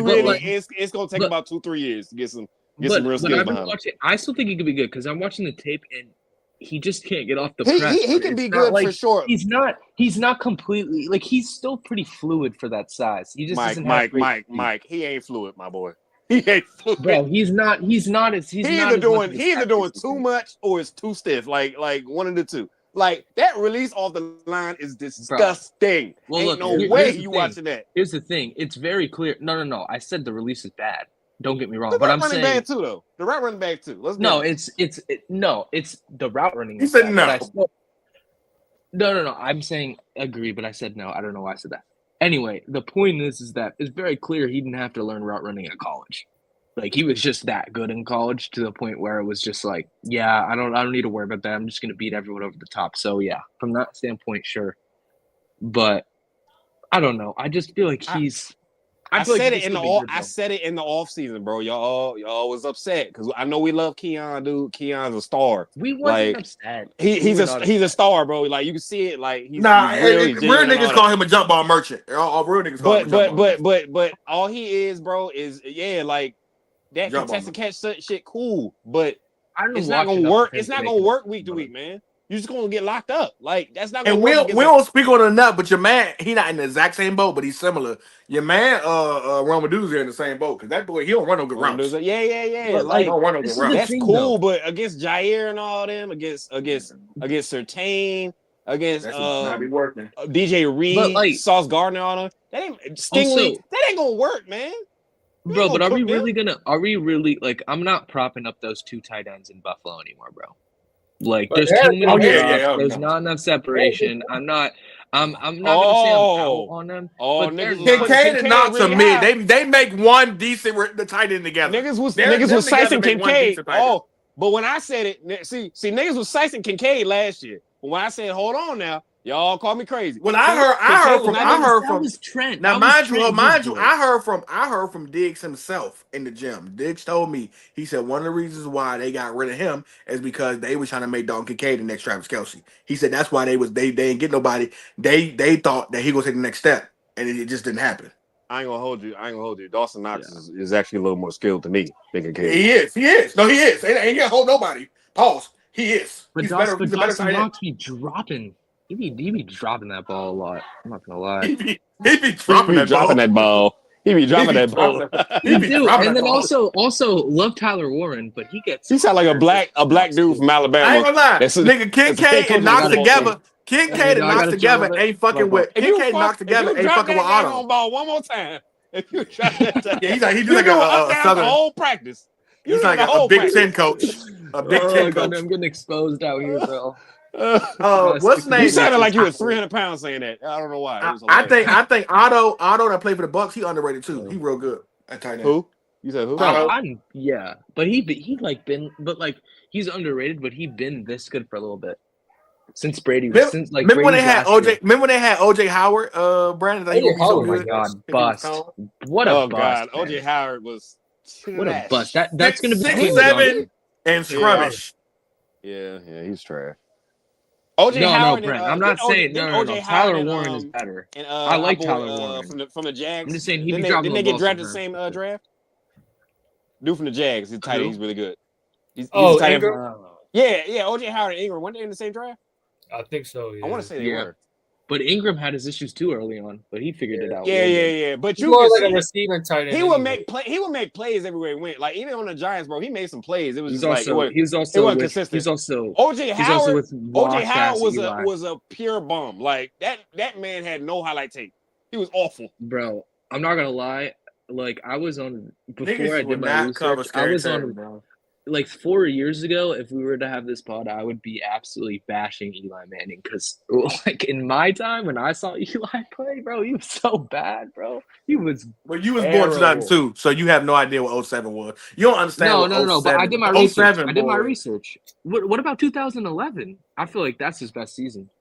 But I'm just talking about 07, dog. Man, what 2011? You had to be alive for. You had to be old enough to rewatch football 07. You had to be there. 07, dog. They were murdering teams, bro. They were dog. That shit wasn't even funny, was dog. Crazy, they was blowing niggas out so bad by the halfway to the third quarter. Randy Moss and them was sitting on the bench. They was. I never forget that. It was 1 week where T.O. had 4 touchdowns in the whole game.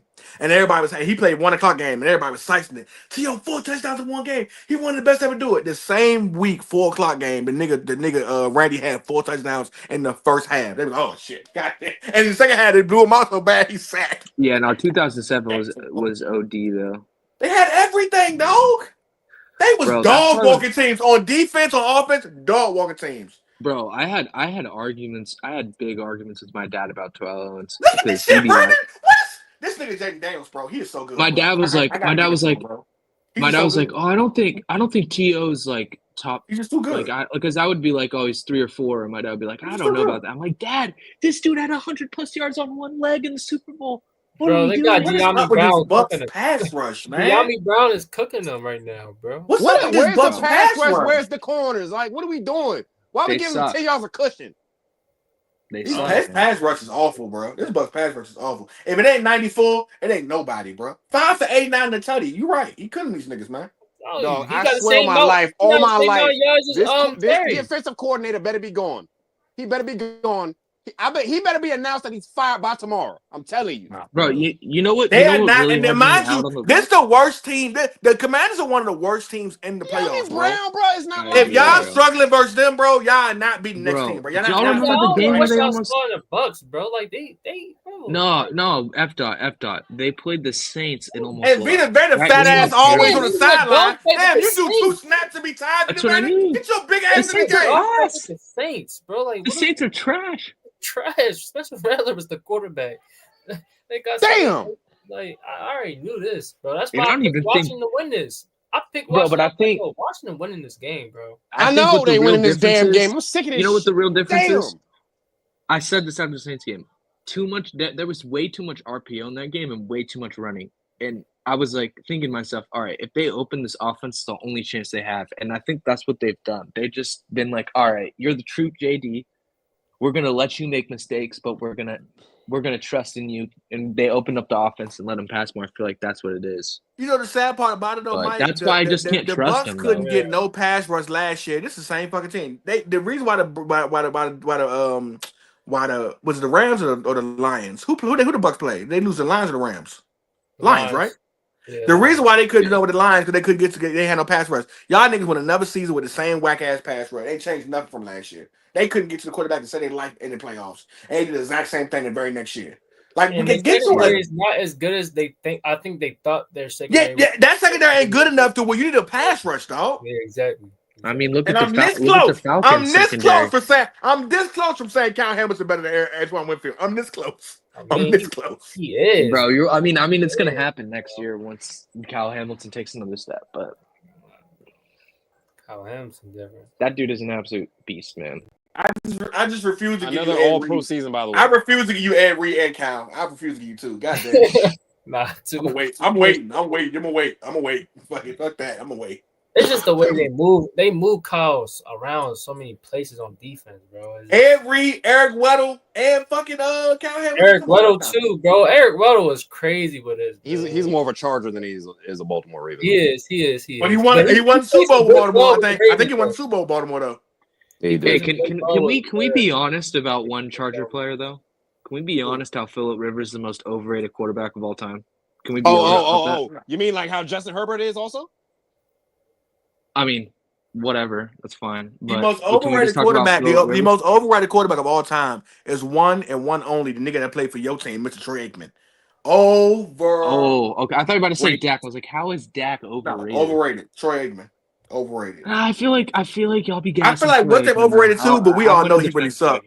Terry Bradshaw overrated too, because he's really the most overrated, but we all know he sucks. But niggas really think niggas will really fight you about Troy Aikman being that guy. No, I'll push back a little bit. I'm not gonna say okay, so when you say he's overrated, like you don't think he's top 25? I think he was carried through I ain't talking about top 25. Like, yeah, he ain't top 25. Hell no. He was carried. There's a lot of teams that get rid of their quarterbacks and then bring in another quarterback that's the same guy, like Tony Romo to Dak Prescott and Phillip Rivers to Justin Herbert. Like, dude, you got rid of the older guy just to get a younger guy that does the same shit. Literally. I mean, but at the end of the day, they're top 5, but they're choking the playoffs. Look at this shit. Troy Aikman in the playoffs. Troy Aikman was a big reason why those Cowboys teams won the playoffs. Like, look at this shit here. They are definitely losing to the Commanders. I know. I have to sit here and watch this. I have to sit here and deal with this another week. Over his head though. Like, hey, all I'm saying is they let Austin Eckler do that. They don't even have. They really don't have. They don't have the clientele, bro. They just don't have the clientele. They don't have. Hey, all I'm saying is, F. picked them, so respect F. But me and Random had this conversation. The fact that this defense is so bad, That was what I was on timing with. This defense is bad. And what really lost me was the game where they decided to run single high man against CeeDee Lamb, and that was really why they lost that game. That game That's what had me lost. So we can't get a fumble back. We can't get a fumble back from Jaden Daniels. Make it like, fair. bro. Wait, imagine. Shit, dog. I'm so sick of Imagine this lucky you shit. have Cooper Rush at quarterback. The best receiver on the field is freaking Brandon Cooks other than CeeDee Lamb, and you just want to give CeeDee Lamb one-on-one coverage. I'm sick of this lucky shit, bro. I'm so sick of this lucky shit, bro. I'm so sick of this lucky shit. Like, just make the niggas fumble at least. God damn. We just gonna run the ball. Can a squirrel run on the field or something, bro, and screw it up like something? Turn the lights off like how they did in the Ravens game. Turn the lights off. They tried to going back to you know what the best stat of all time is, or the worst stat of all time? The fact that Phillip Rivers had the number one defense and the number one offense didn't make the playoffs. You hate Phillip Rivers for some reason. No, I just think they super overrated. He was just dude. They getting them first down. That's cooked grease. The way you feel about that's cooked grease. Listen. The way you feel about Phillip Rivers now, when you have kids. No. The way you when you have kids, they're gonna feel that same way about Justin Herbert. Trust me. Watch. Wait till you have kids. I think Justin Herbert has time to kind of change it a little bit, change his narrative. Okay, I'm not denying that he was a bum, Papa Mike. He was a bum. Justin Herbert was a nothing. He was a surfer boy. That's all he looked like. A surfer boy. He was never that good. If my kids I guarantee call me Papa it's Mike, gonna piss you off. It's gonna piss you off. I'm talking about your grandkids. Call me Papa Mike, I'm out. Papa Mike, he was a bum, Papa Mike. Dad, he was a bum, Dad. No, man. No. Yo, did y'all see the whole Kyron Lacey thing with him? Yes. In that accident? That's good. I'm so sick of this daggone crap, man. I'm sick of this. Well, Mike, when you get older, and your kids watch these. If your kids watch these clips, they're gonna be like, "You want to crash out, Dad." Yeah, I haven't crashed out in a while though, but yeah, some of them sure. Why were you so high strung? Why were you so angry? No, the worst thing that I said though was at the beginning when I was like, we were talking about Bronny James, and I was like, I don't care that you got a heart attack. That shit was bad, bro. I'm sorry. Whose background is that? It's not mine. It's Brandon's. Somebody yelling. Brandon got two bitches fighting over him over there. Okay, Brandon. What my man said. I'd have both of them over there cooking me breakfast with the house shoe, butt naked with the house shoes on. Butt naked with the house shoes on. This was Bucs really went out sad, bro. This honestly looks like the Cowboys, man.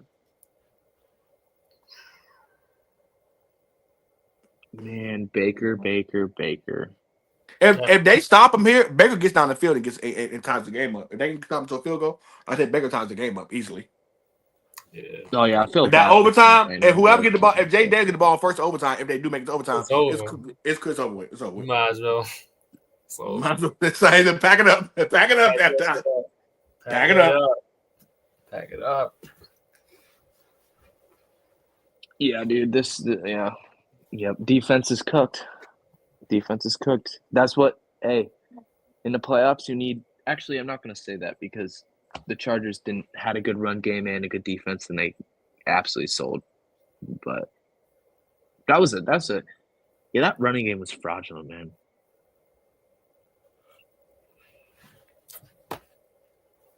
I just want to know what Mookie's saying about this.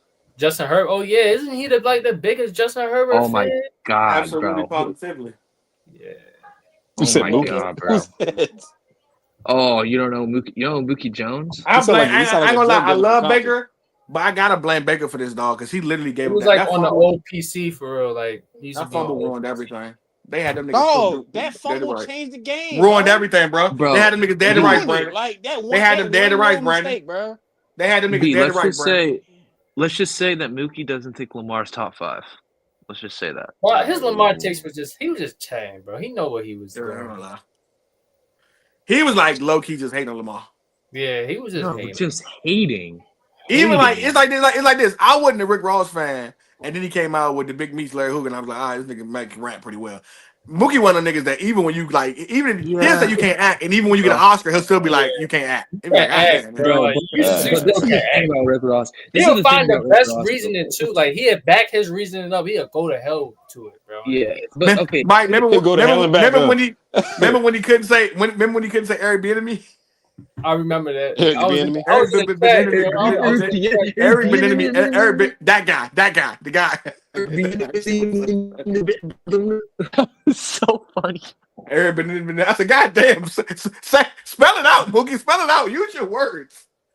Write that on a piece of paper. Oh, these niggas trash. These niggas is trash. Oh, that's game. That's game. Did you see that? That's game. That's God bless y'all. Y'all are fucking ass, bro. They had that nigga dead to rights in the backfield. Had him dead to rights in the backfield. That's crazy. Dead to. Did you see that? Yo. If Jared, and this about the third KC. The nigga KC is good, but this the third time he had he had that nigga Jalen Hurts dead to rights. Couldn't do nothing with him. Man, get your punk ass off the field, nigga. Get your punk ass off the field. You hurt, man. Get your ass off the field. Mind you, Jaden Daniels weighed about $180, nigga. That nigga stiff arm to you 300 pounds, bro. Yeah, get off the field, bro. Get your ass off the field. You playing 3 seconds, you over here falling. You got stiff arm by about 194-pound Jaden Daniels, 6'4". Get off the field, punk ass nigga. Get your ass off the field. You got me. You know them Commander fans is going. Get your ass off the field, nigga. Them Commander fans. What? DC them Commander fans is going crazy right now, dog. DC ready to be turned, bro. What? The whole DC ball ready to be turned. Come on, y'all, bro. There's gonna be mumbo sauce all around Southeast, bro. It's sad because all this gonna do is just hype them up because next week they're gonna get dog walked. Oh yeah, bro.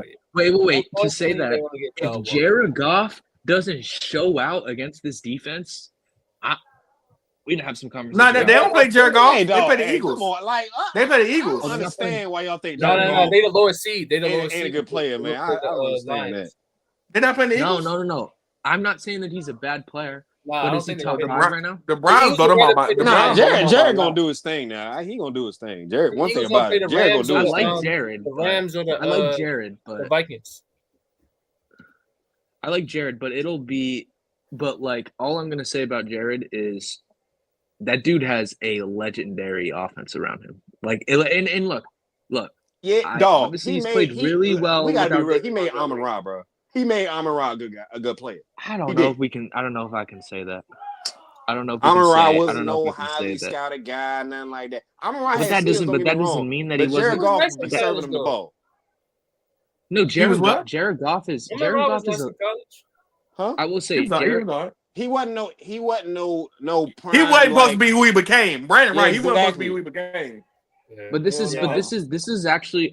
I'll be positive about Jared Goff because I actually don't think Jared. I like Jared Goff. My thing that like when he was in LA, I used to hate him because I thought that he was so freaking overrated in LA. But the level now on the Rams, he stunk. But I think he's a better player now on the Lions. I thought he was. Nah, I ain't gonna lie. He ain't gonna lie. On the Rams, Dan Campbell, low key is the. That's game. Nope, he missed it. He got it. That's game. Good shit. Good shit, Red. Good shit, Commanders. Jared Goff is literally Dan Campbell is what Baker ain't your fault, Baker. Dan Campbell, it is your fault, Baker. It's his fault. He fumbled. What you mean? It is his fault. Dan Campbell is literally what and also on that last drive that he had on that last drive where they had to keep the field goal. Damn, bro. Somebody going crazy. Yeah, bro. B live next to some Commanders fans, bro. That's for real. No, B lives with Commander fans. Oh. No, I was gonna say this ain't my house. This ain't my house right now. But I gotta just stay quiet right now. All I'm gonna say is the girls that are in the same house as B right now are trying to fight over Jaden Daniels. They would go to absolute war. Oh, I gotta leave soon, or it's gonna be shut up. I gotta leave. This is giving trap house right now because I got to go. It's about to get wicked up in here. Brandon, all them posts we about to see tomorrow, dog. I'm about to turn my Instagram out tomorrow. It's about to be so fucking annoying, dog. It's about to be. Yo, why y'all not happy though? DC's up. Y'all up, bro. Y'all are up right now. Y'all from DC hate it. It'd be too much though, bro. It'd be too much, bro. Too much. Bro, at least the Commanders have had a black quarterback, unlike New York. So, me and Brandon, you got to give us 3 years. This me and Brandon start rooting. You got to prove it to us. You got to prove it. We done been here before. Yeah. With who? I've seen this movie already. I know how it goes. And Robert Griffin. I done seen this. You clean, now you back on the pipe. I done seen this movie before. When you say you clean, now you back on the pipe. I done seen this movie. Wait, this is a good question. You got a new job and all that stuff. Does he know? You back on the pipe. you even get me. So it keeps calling me. Quick question. Whose rookie season's better? RG3 or Jaden Daniels? Jaden Daniels is not even close. Jaden Daniels. I agree. Because niggas forget that RG3 had Brian Orakpo and Ryan Kerrigan when they were like literally one of the better duos in the league. Also the best coaching staff of all time. The best London Fletcher ever graced of football. Missed that 30-yarder, bro. Like, come on, dog. He damn sure almost did. If he'd have so much wind on that, it would have clanked left and not clanked inside. Bro, like how many future head coaches they had on that coaching staff with RJ3, bro? That was actually ridiculous. It was literally like hey, that I say this much though. No, Jaden Daniels, bro. This nigga, bro. He gonna fuck around with the next Patrick Mahomes. We talking about Caleb Williams this whole time. He gonna fuck around with the next Patrick Mahomes, man. That nigga does not, bro. If I told you never watched football a day in your life, and I told you how many years you said that nigga that just played this now, you would not tell me, oh, that nigga this is his first year, dog. You with that nigga 7-year vet, dog. That nigga played like he was a 7-year vet, dog. What the fuck was Baker doing, dog? I've never seen definitely check on Hefe. You right, Marley, bro. I ain't gonna lie, man. I've never seen a rookie quarterback be this clutch. Never. I've never seen it. Clutch. I mean, this is like 5 straight games. Bro, like he got it, bro. Like some niggas got it. He got it, bro. This is not just a coincidence. I ain't gonna lie. It's too many games where he's been doing this. He always make the right throw, bro. He always make the right throw. He don't turn the right play. He don't turn the ball over. I don't want to see Manny no time soon. Legs, dude. It's because of his legs. Not only does he not turn the ball over, he elevates you. Like he elevates you. But I think, I won't say it. He's just a beast, dude. Like I don't have anything. He proved me wrong, man. He got me. I'm not gonna hype him because he's a strong. I'm gonna do that again. But if he do this, give me just another year to this. But this nigga good. Okay, early. Did you think that he was the best quarterback coming out? Because you thought hell no. Only nigga that said that was Manny. Manny said he was like that, and I told Manny I don't think it'll be like because I just thought he was so frail. It's hard to believe Manny because he beat no. He at LSU. Y'all think Hefe is a homer. Jesus Christ, boy. No. Manny is a diehard LSU homer. Riddell, what you got to say, Riddell? Your picks is undefeated right now, right? I think you had what's name too, didn't you? Oh, here come Lonnie. What you got to say, Riddell? I think you picked the Commanders and you picked the Texans. I think Lonnie did too. Lonnie, did you pick the Commanders or you picked the Bucs? Bullshit, y'all. No, I don't know. I think man, this team is just fraudulent. This Bucs team is just fraudulent. No, Hefe is so down bad, bro. Hefe might be shedding some tears, bro. For real. Hefe cried Baker fumble. Trust me, dude. The last time I cried over football was when Aaron Rodgers threw that ball from the left side. Ravens and Bills next weekend. Tight end, bro. Crazy. Ravens and Bills by the defeat families. Hopefully, that's a lesson, bro. That's a legacy game, bro. Give me the Ravens. Legacy. This is Lamar. This is gonna be Lamar's legacy game, bro. Yeah. Give me the Ravens in Buffalo. In Buffalo. And then if if the Ravens do win, we gotta go in Kansas City and play the Chiefs, bro. If he get out of that dominant. Hey, all I'm saying is, 89 in the tutty. If Lamar wins in Buffalo, and then even if he plays well against KC, he doesn't even have to win. He's the second best quarterback in the league, in my opinion. And I'm not trying to hear anything else. I'm not gonna lie. Hey, if he really be cooking, Because I said he was second last year. And he's the fourth rookie quarterback in NFL history to win a postseason game his first year. Golly. Yep, no rookie quarterbacks ever won it. No, he's fourth. Won it. He's fourth. No, I'm saying like won it all, like won a Super Bowl. No, that's never happened. Damn, y'all. CJ won it last year. Yeah, he ran in. It's not because I want to root for him next week, but I ain't going. Man, all he do is break my heart next week. Yeah, they finna get dragged. Oh! We got the big Haas. The big Haas is here. Someone bring him up. The Lions gonna cook They're gonna cook the Commands, unfortunately, fellas. Nah, hold up. Wait a minute now. Show your face, bro. Show your face. Come on. Let's see it. Hey, my boy. You ain't shit. You ain't shit for not showing up before, but now you here. Go ahead. Park your edge, Brody.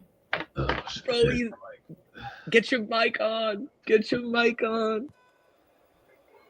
Man, y'all niggas gotta give me a second, dog. I got a lot of shit going on. I got drunk as a motherfucker watching this stupid ass game, bro. Y'all don't want me on camera right now. Y'all don't want me on camera right now. I'm gonna just say this. I'm pissed, bro. I'm pissed. Like, our offense was underwhelming as fuck, bro. The defense was like awful. that shit. Bro, no, our defense was not awful. I ain't even gonna let you say that, bro. Like, we held when we needed a hold. He missed the sack on Jaden Daniels like 4 times today, man. Bro, I don't care. Listen, when we had the ball, second half, we had momentum, dog. Exactly. That's what killed us, bro. It wasn't no goddamn defense. Defense can't hold no 3-5 drives, bro. That's not how football works in real life. Like, Madden, that's cool. But in real life, bro, it comes down to it comes down to 2 or 3 drives, bro. And we did our part on defense. Offense, the fumble, bro, Baker, I'm looking at you, bro. But I'm not really too mad. Jalen McMillan. He had a great season. Nah, bro. We were supposed to win this game. And the show up, like, you could tell, bro, we put too much we tried to put too many bells and whistles on the play calling, bro. Like, dog, line up to run the ball. Hefe. We said, why the fuck you just barely got the first down on 3rd and 6? Why would you in your own 20-25? Why you running end around plays, bro? That's what I'm saying, bro. Bucky been killing all game. Bro, look, I ain't even bothered. Look. Dog, it was simple. You seen what happened when we ran with Bucky. You seen what happened when we drove downfield, throwing it underneath to guys, and then getting Mike open over the top. Like, it was evident, bro. I don't got to break it down. We watched the game. If you watched the game, you saw what we did. We drove. Washington couldn't stop us from doing nothing. We stopped ourselves, bro. And then flags was horrible. Have you watched it? That second and one y'all had when y'all was inside the 20 and Baker took it instead of letting Baker Irvin do it on that fake play. He should just let Baker Irvin take bro.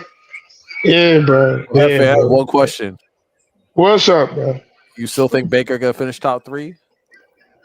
Nah, you nasty. Bro, listen. Nah, like we talk, bro, like for real. If Baker won 2 or 3 more games, he'd probably been top 3 to 5. Thank you. And it's not even a question. If we up here gassing up Sam Darnold, bro, who got smoked, bro, I'm not even going easily Baker wins top 3. If Baker don't lose Chris Godwin and Mike Evans the same damn game, respectfully to F-Dot's Ravens, bro, this is a whole nother season, fellas. And I don't even see 16 picks. It's not even a question. If Bucky Irvin ass don't fumble against that first time versus the Falcons, god damn. Well, he did. Bro, it's all good. Look. I love everything that made Bucky who he was tonight, bro. We should have leaned on Bucky more. We should have leaned on our entire running back core more. Like, we should have punished Washington. We should have ran the ball the whole game. They couldn't stop us, bro. Like, they got to us in the backfield. That's cool. But, like, bro, we should have beat them in a submission. And we kept trying to get cute. That's what lost us the game. Respect to Washington, bro. Jaden Daniels by himself. From now, I will call him the apex predator, bro. He is the X factor, bro. The dude won the game by himself. when we locked up Terry, which I knew the second half was gonna be a complete different game. And Slim adjusted so well. I respect him, bro. I love him. He's a dog, bro. Yo, he never stopped, bro. He never stopped. I give it to him. But we should have won that game. We got too cute and we lost. And we should have lost because we got too goddamn cute. Like even straight off in the game, when you see when they cut to him and they show him, it never looks like he's anything but calm. He's always calm. Listen, bro, I'm gonna tell you this right now. I watched that whole game. In that second quarter, we had him shook up. We had him shook up, and we should have. When we had him shook up, we should have kept the pressure and kept the pocket moving right along with him, and just kept the coverage strong. But we got too cute. Bowles wanted to get after him. I'm not mad at the defense. The defense we held them to 10 points in the first half. I didn't expect that. I didn't expect that. Our offense should have showed up earlier, bro. A lot of fourth downs, a lot of third downs, man. Y'all get a lot of key plays. Bro, that's easy to say. That's when I look at the first half. You know what I see? The offense had opportunities. What they do, Earl?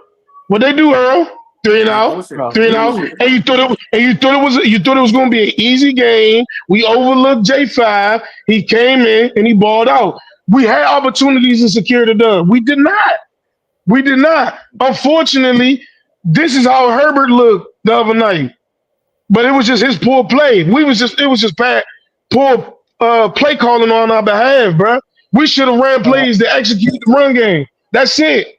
That play action should have killed Washington tonight, bro. Hefe, if I were to ask you, what do you think is the strongest position group on your team as coming into this game? What would you say? Front seven, bro. Our front seven controlled the game. Did they rush J5 like that? They rushed him enough. Like, you gotta think, bro. We play against mobile QB. Y'all wouldn't get no pressure like that. Nah, bro. What did their run game do? Like, let's be real. What did their run game do? Like, we controlled the line of scrimmage a lot, bro. Hefe, I think you got it half right. I think it's your offensive line was the best. That's the most sound position group on your team. So I thought you were someone on defense. No. Like honestly, bro, that's our offensive line is good. Bro, all three of our running backs is good. We didn't lean on them tonight. And it showed, bro. Sean Tucker, as fast and as explosive as he is, should have got touches. Rashad and like all throughout the field, should have got catches and or touches. We featured Bucky, and then utilized nobody else. Mike Cook, cool. That's great, Mike Cook. I love the Mike. You know what I'm saying? I love my game today. But it should have been more than that. Should be giving the ball to more who's getting open. Jalen Miller. Otter, bro. No, Cade Otten is cool too, but I wouldn't have leaned on Cade Otten so much, bro. I would have leaned on other guys, bro. Like 15 should have been eaten all night. Single coverage. They wanted to double Mike. They wanted to take Mike out the game. I think we should have been going to 15. He dropped that one pass. I feel like when he dropped that one pass, Baker kind of like lost confidence in him. I understand that, but we can't even afford that, bro. Like there was plays, bro. Baker should have never. I love the fact that Baker ran over Bobby Wagner, but at the end of the day, where did it get us? Like nothing. Like being real, it got us nothing, bro. Like we played well in moments, but we didn't play a good game. And that's the only reason we was in the game, because we played well in moments. We came out, we was like, all right, let's not play around. Let's drive downfield. Look what we did at the end of the second quarter. Why did we not do that more the entire game?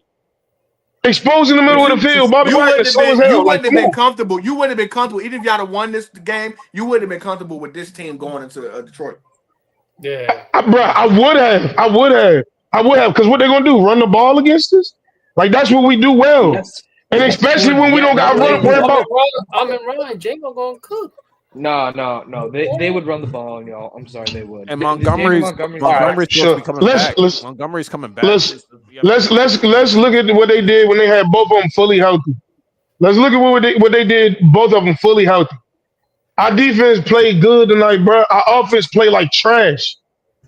It's easy to say when I watch my defense go on the field after I 3 and out, and I can't get it right. That's what's going to happen, guys. And you got to cover a quarterback who's running and passing.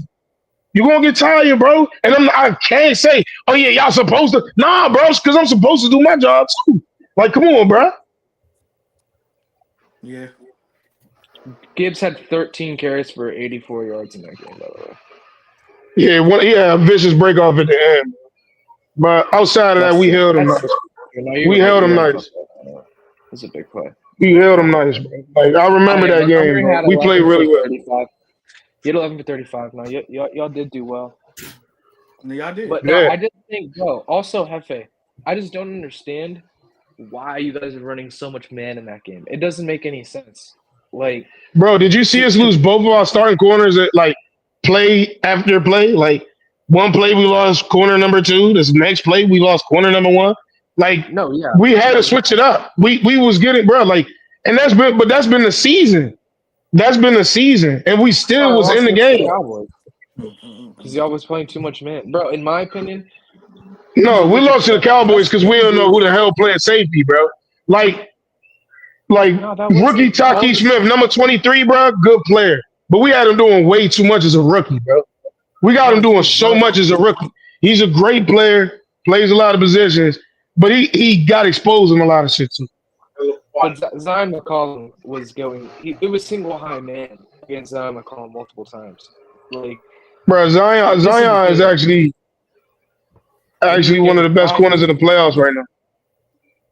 And he's getting fried in that game now. I'm just saying, look, to me, I'm at least bracketing Terry McLaurin. I'm not letting him go one-on-one against Dean. It just doesn't make sense. And Jaden Daniels is still a rookie. Like, he's good against zone, but I would rather have them play some sort of deep zone and make him go down the field and limit the big plays. If you let Jaden Daniels take the big play, you're not winning that game. Like, unless your defense is really good. So, I don't know. Bro, but it's easy to say, bro. It's easy to say. But then we got Mike Edwards, who had a hamstring injury coming back, playing number 21. He got ran over. Like, guys getting made plays. And McCollum too, bro. They're playing hurt. Good, yeah, bro. That's what I'm saying. But bro, you gotta understand. The Ferris plays, man. Fuck. Bro. Hey, why wasn't y'all playing? I don't know. Bro, look.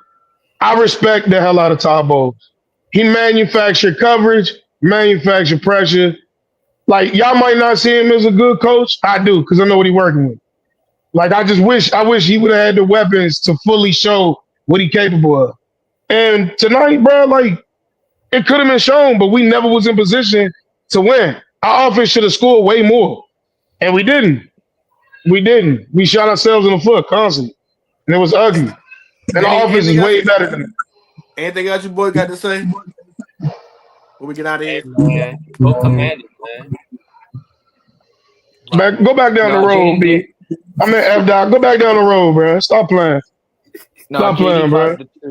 That's all I have to say. Yo, I'm sorry, bro. There are the reasons, Hefe. You know I fuck with you, man. No, I ain't hearing none of that. You root against me all the time. I ain't hearing none of that. Nah, bro. Nah. Nah, so now we can't root against the Bucs. Of course not. Go Bucs. What you mean? In all honesty, the Bucs had, despite the injuries, the Bucs had a great season. I thought they were good. Yeah. With all the because losing because Goodwin is going crazy this year. Then they lost some other. So they impressed. Baker definitely earned my respect. He's still not top 3, so I'm definitely going to win that bet with Hefe. Definitely top 10. The Bucs have a good team. I feel like if they get if they land well in the draft, they do good defense. Just defense. Might handle defense. Yeah, bro. We need edge. We need middle linebacker. Bad. Yeah, if they hit good in the draft, the pass rusher. Like I would love.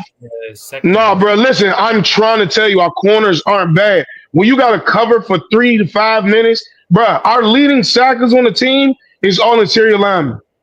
That's all you need to know. That's all you need to know. We need Miles, bro. I would trade everything for Myles Garrett right now. Everything. I was about to say that. Maybe they trade for Myles Garrett if Myles Garrett says we need, bro. If we had Myles Garrett beside Vita and Kansas, bro, I try to tell y'all, Kansas is a dog. I try to tell y'all. Y'all seen him tonight. He was just missing the tackles, but he was getting it. Yeah, because but he's been a dog for us. He gets a lot of attention on Vita, bro. Like we need an edge to really balance our line out. We need a guy to really get after the quarterback. The All-American Bowl come on tonight. I feel like if he goes to the Commanders, that'll be really good. But if Myles Garrett goes to the Bucs, that'd be interesting. That'll be fire, bro. We need him, bro. We need him bad. Or if the Cowboys play around, Michael Parsons would be good too. Nah, they seen what he did these last couple games. They not bro. If we got Michael Parsons, that would be nasty as hell. Stop it with that nastiness. Michael will be. Come on, Mike. Y'all can't keep everybody. No, if they trade Michael Parsons, I'm actually done. I will. You ain't done. You're never done. No, I believe you're that, born bro. a Cowboy fan. You die a Cowboy fan. You know that, Mike. Dead ass. No, I'm so dead ass. I don't think they would trade. If it wasn't for my asshole dad, I wouldn't be a Cowboys fan. Love Dad, but Jerry's way too stubborn to trade him. Well, I'll tell you this much. I either way they getting dog walked. What's the predictions tomorrow? Get up out of here. What's the predictions tomorrow for Vikings versus Rams? Come through, Rams. That's all I gotta say, man. Come through, get this upset. I think Rams gonna get that dub, bro. Them receivers and Matt Stafford going play, bro. We seen what. Oh, Mike, you about to say some bullshit. Yo, give me the freaking Vikings, and I swear on everything I love, if Sam Darnold don't play well, I never want to hear $50 million come out of anyone's mouth again. Vikings another team though, Mike, where that pass rush be super weird, man. You never know what But that not, but okay, yes. If you give Matthew Stafford time, it's gonna be a problem. No, but not against this Rams team. They should be able to do their thing on this Rams team. They should. I'm not disputing the fact that their offensively they should dog walk the Rams. Offensively, they can't do nothing with Justin Jefferson, Jordan Addison, and TJ Hawkins. No, if Sam Darnold if Sam Darnold plays well and they lose, and Stafford. Hey fellas, I came to show face, but I'm about to hop off here. I'm about to get to the end of this bottle, bro. We out of here. You know what I'm saying? Hey, don't drink your problems away, Hefe. It ain't. Hey, listen. On a Sunday. Listen. No, he's gonna be Jake. Be like, damn, Lonnie was right. Damn. Riddell, talk to me, Riddell. Be easy, Hefe. Talk to me, Riddell. Y'all too, man. Is Riddell alive? Riddell's not alive. He's dead. Lonnie, who you got? See, I'm doing the same thing like I did with the Texas game. The Vikings should win, but my heart, someone's like, yo, someone's off. I don't know if I fully trust Sam Darnold in the playoffs. I don't know if he has that in him. That last game didn't help. Hey, and it's in LA too, right? Because they won the division. I'm just thinking, hey, like a game, one of these games is gonna have like crazy special teams. No, it's not. It's in Arizona because LA fucked up. Oh yeah, you're right. So I'm thinking like a crazy special teams play. I'm thinking like just a breakdown, maybe with Puka Duke somebody out their shoes. So I'm going Rams. 17-14. I'm going close game. I'm going Rams. I will say though, I'm with Marley, 24-14. Vikings. I think the Vikings match up better with the Eagles though, but I want the Rams to win. So okay. I think Riddell had the Rams too. If I'm not mistaken, I don't know if he's still there. Yeah, you know he did. He got the Rams making to the NFC Championship game. I don't know if he wants. They're not beating the Eagles. I love the Rams. I don't have anyone really. I don't know if anyone's beating the Eagles. Yeah. Except for only person gonna beat the Eagles is Jalen Hurts. I ain't gonna lie to you. Yeah, because the Lions have a good chance. Detroit is hurt. Detroit's a lot more hurt than people realize. People don't understand how valuable D tackles is. They had a star D tackle breakout this year, and then DJ Reader gone. Yeah, he got hurt. He got hurt at the end of the year, like the game out for the season. Oh, I didn't know that. Oh, that's huge. That's actually huge. Yeah, they lost Hutchinson, Carlton Davis. So it's like they lost a lot of their D line. Their D line was great at the beginning of the year, and they lost their two best D linemen. So like, I think Tim Patrick hurt too. So Tim God said DJ Reed is still healthy. Yeah, I ain't hear him. I thought he got hurt. One of their starters got hurt. Well, Riddell, Rams. We just doing predictions, but we got it here. Rams alive. Real quick, shout out Commanders for getting that W. Jaden Daniels entering certain conversations. Shout out to him, of course. Yeah, he's very clutch. It's it's always great to see the Buccaneers lose. It's just funny, bro. Anyway, thank God Hefe left. He'd have had a screaming match just now. Riddell's God so not gonna lie. nasty. Riddell's so nasty though. But it is what it is. But the thing is, when it comes down to I'm more okay with the Bucs now that the Falcons were Raheem Morris is being L-Mans.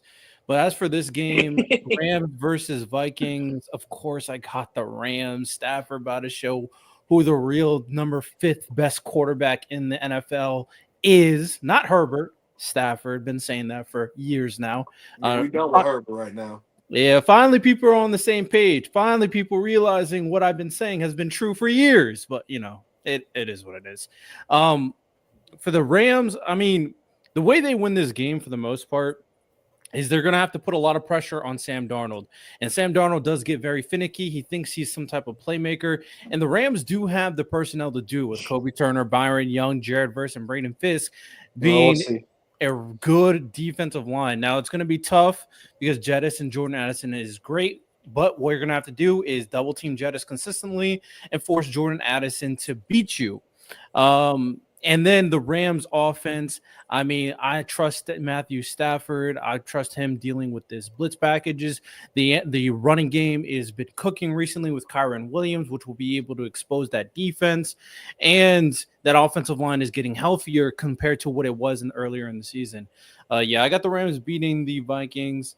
And, I do also have them to go into the NFC Championship. They're going to beat the Lions next week. And then it's going to be play the Eagles next week. Bro, no, they play the Lions. If they do that, bro, we need to have some actually, the Washington Commanders are the 5th seed, right? Yeah, they'll play the Eagles next week. Yes. Mm-hmm. Oh, they play. Oh, damn. Never mind. Because I have the Rams. Commanders play Detroit. I have the Rams beating the Lions. I don't have the Rams beating the Eagles. So that's what I'm saying. But I think the Vikings match up better with the Eagles than the Rams do. But I want the Rams to win. So it's like, hey, all I'm saying if the Rams beat the Eagles, they're going to the Super Bowl. Let's be very clear. If Matt Stafford makes the NFC Championship game with this team, bro. I ain't doubting Detroit no more. Detroit, I'm not doubting. We should have some all-time conversations about Matt Stafford, bro. We legit should have some all-time conversations about Matt Stafford. If Matt Stafford going to Detroit, if the Rams somehow make Detroit, it would be dog, that's the ultimate fuck y'all. Bro, that would be dope. I'm not gonna lie. That would be if the Rams somehow made it to the Super Bowl, that would be the biggest surprise, I think, of Super Bowl. Bro, you'd have to put Stafford in some conversations that real always knew. You know what I'm saying? Mind you, my homie Mitch, my homie Mitch, he's a big diehard Falcons fan. At the beginning, Rams fan. At the beginning of the season, I forgot what y'all plus money was, but he put $1,000 on y'all winning the Super Bowl, on Rams winning the Super Bowl. So he gonna cash out crazy and win the Super Bowl. That plus money was like plus 2,400 or something crazy like that. Yeah, I'm not going that far. I did bet the Rams were gonna win the Super Bowl in 2021, and I got that one correct. So, but I'm not that bold. We're going Chiefs all the way, of course. But yeah, I drafted Cooper Kupp in the 6th round of fantasy that year. Or the 4th round or some shit like that. That was a W pick. Was and last thing I'll say is if Mike Evans does keep this up, like I said, I can see him being top 10 all time. I can see it. Oh, if he keeps it up, I can see it. Yeah, you cooked for so long. Like I said, Riddell, 2 to 3 more years. Last take is going to be that, Riddell. 2 to 3 more years of 75 catches, just 1,000 yards, and 8 touchdowns. But if he's already... Bro, he should already be in the conversation. Why is it taking him his 11th year to be in the conversation? That's what's crazy. His 11th year. If y'all think he should be top 10, he should be top 10 right now. They want to add an extra game to the season, so he's got to have 2 more games than everybody else you guys are comparing him to. We gonna start. Like I said before, we need to poo poo, and we ain't gonna stay on this. So we out of here. We need to poo poo. Justin Jefferson. Poo-poo Jamar Chase, poo-poo AJ Brown, poo-poo Tyreek Hill, all these niggas who benefited off that, and we're gonna do that moving forward. When y'all start saying niggas like Justin Jefferson, when y'all start saying shit like niggas like Justin Jefferson better than Larry Fitzgerald, it's gonna be 2 more games. I didn't say that. But I'm saying when that time comes and niggas start talking like that, I'm gonna say you're like, oh, he's getting 1,000 yards a season, and he had 1,008 this year with an extra game, and like last year. Why do y'all keep saying like he didn't miss 4 games? Okay, but at the same time, there's no hit 1,000 last year. He's probably 12 to 1,300 yards and probably another 2 or 3 touchdowns and another probably 10 to 15 catches if you played 3 to 4 more games. Yeah, and Justin Jefferson hit 1,000 in 10 games last year. Like that's not like 1,000. I'm sorry. When I say overhype 1,000 yards, overhype 1,000 yards. Jettis is better than Mike Evans. The thing is, like Mike Evans, I do think when it comes to all-time wide receiver conversations, I include longevity, and of course he had playoff success as well. Of course, peak matters too, but let's not act like Mike Evans had a terrible peak. Does he have a top 30 peak? If we really think about it, does he have a top 30 peak?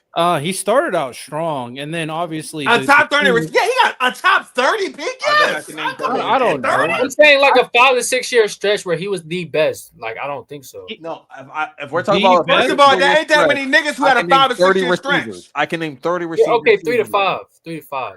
But that's what you have. And Mike had a 3 to 5. Top 10. But like, he did not have a 3 to 5 that you think he had. Yeah, I don't think so. He did not have it. I looked at his numbers yesterday.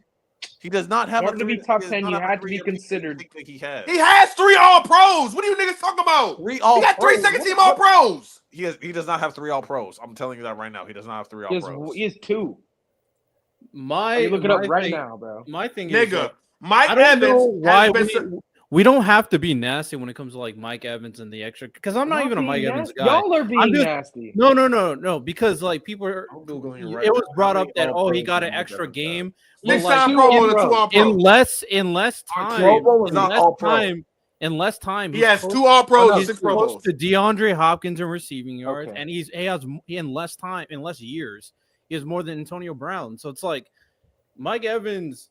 I don't think he's just a nobody, right? We're not saying he's a nobody. He has We're 2 second team All Pros. 2 second team All Pros. How to say he's a nobody? What the fuck is going on? Like, that means you're a top 5. Hey man, I'm man. Yeah, God damn, man, y'all boy, whatever. How does saying somebody's not top 10 make them a nobody? Yeah, I'm gonna say that's not true, bro. No, I'm talking about. He said he has 2 second team. Yeah, 2 second team All Pros. Like, I'm sorry, like he's not top 10. If you look up all the other, we all know nobody here. 15. I can find 15 plus. He was when it comes to touchdowns and receiving yards. No, he got a good 3 to 5 year stretch, dog. Bro, he got 12, 13, 12, 13, 11, 15, and another 12. He did pretty good stretch. What are those? AB was better than Mike Evans when he was on the Bucs. But he said 30, bro. We not talking about I know AB had a better peak than him, bro. The nigga said 30 niggas, bro. It ain't 30 niggas. AB was better than him when he was on the Bucs. AB was better than Mike Evans when he was on the Bucs. No, he wasn't. I'll keep saying. What? No, I'll get nasty. No, I'm kidding. I'm playing. Actually. But he got it. But you gotta let me in the eye, Lonnie, and say he ain't got a top 30 receiver peak, bro. Come on, bro. 30, bro. I can probably get close. You can't name 30 niggas, bro. Yeah, probably not 30. Probably 20.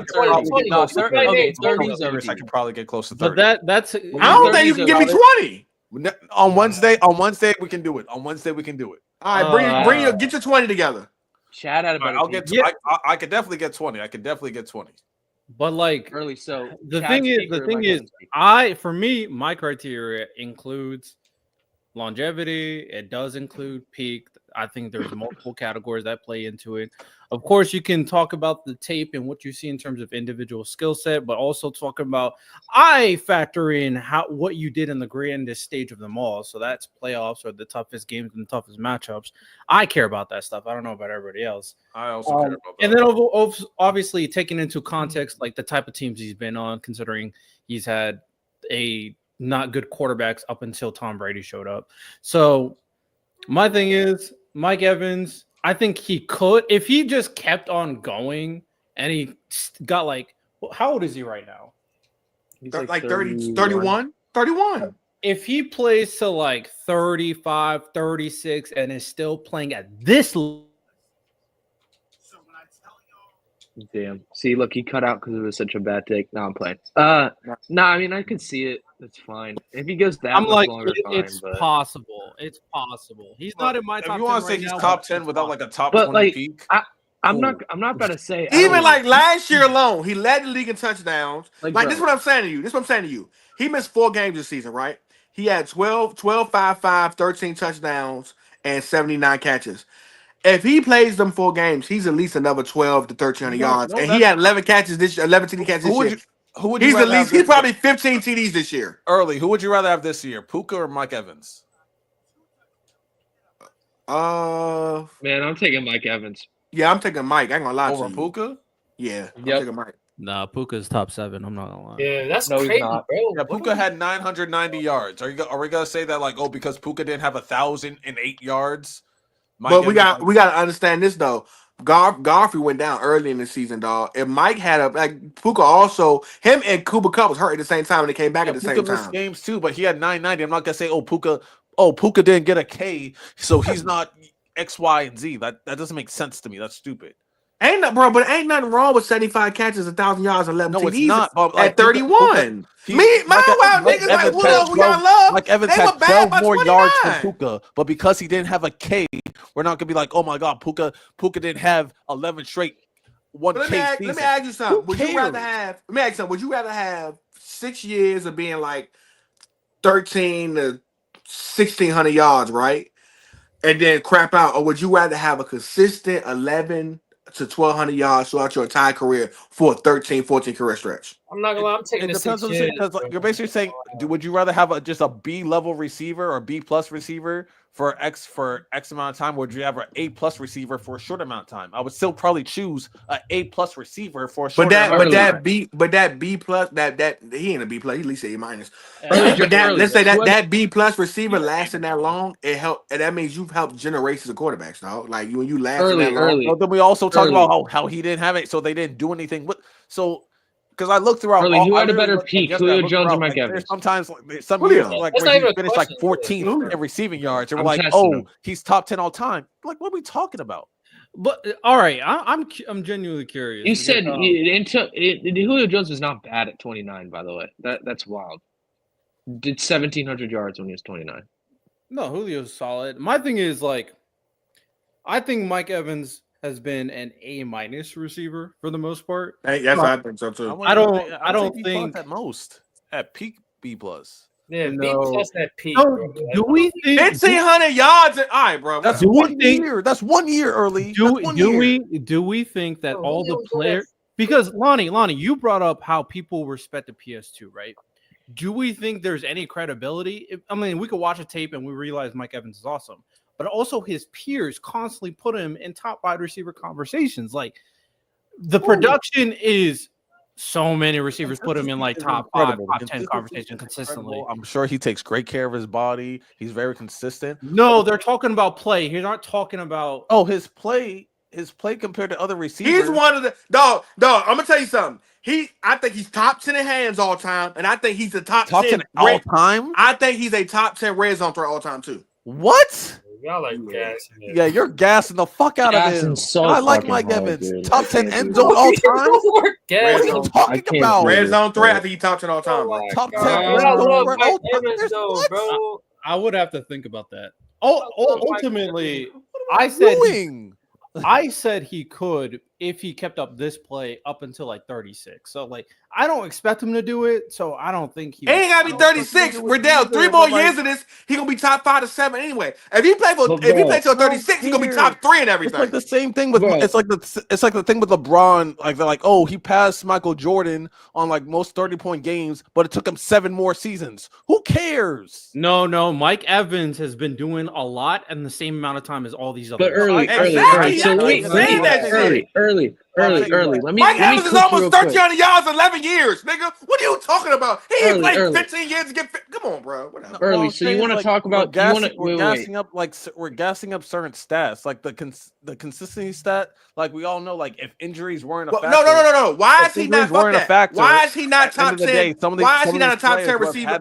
Why is he not a top 10 red zone threat all time? Getting 1,001 yards, scraping for 1,001 yards. Why is he not a top 10 red zone threat of all time? To get 1,001 yards. Why is he not a top 10? Again, he missed 4 games. You're being a dick. I'm not talking about this year. How is he not top 10 red zone threat all time? This year he had 1,008. I'm not talking about this year. Why is he not top 10 all time in red zone threats?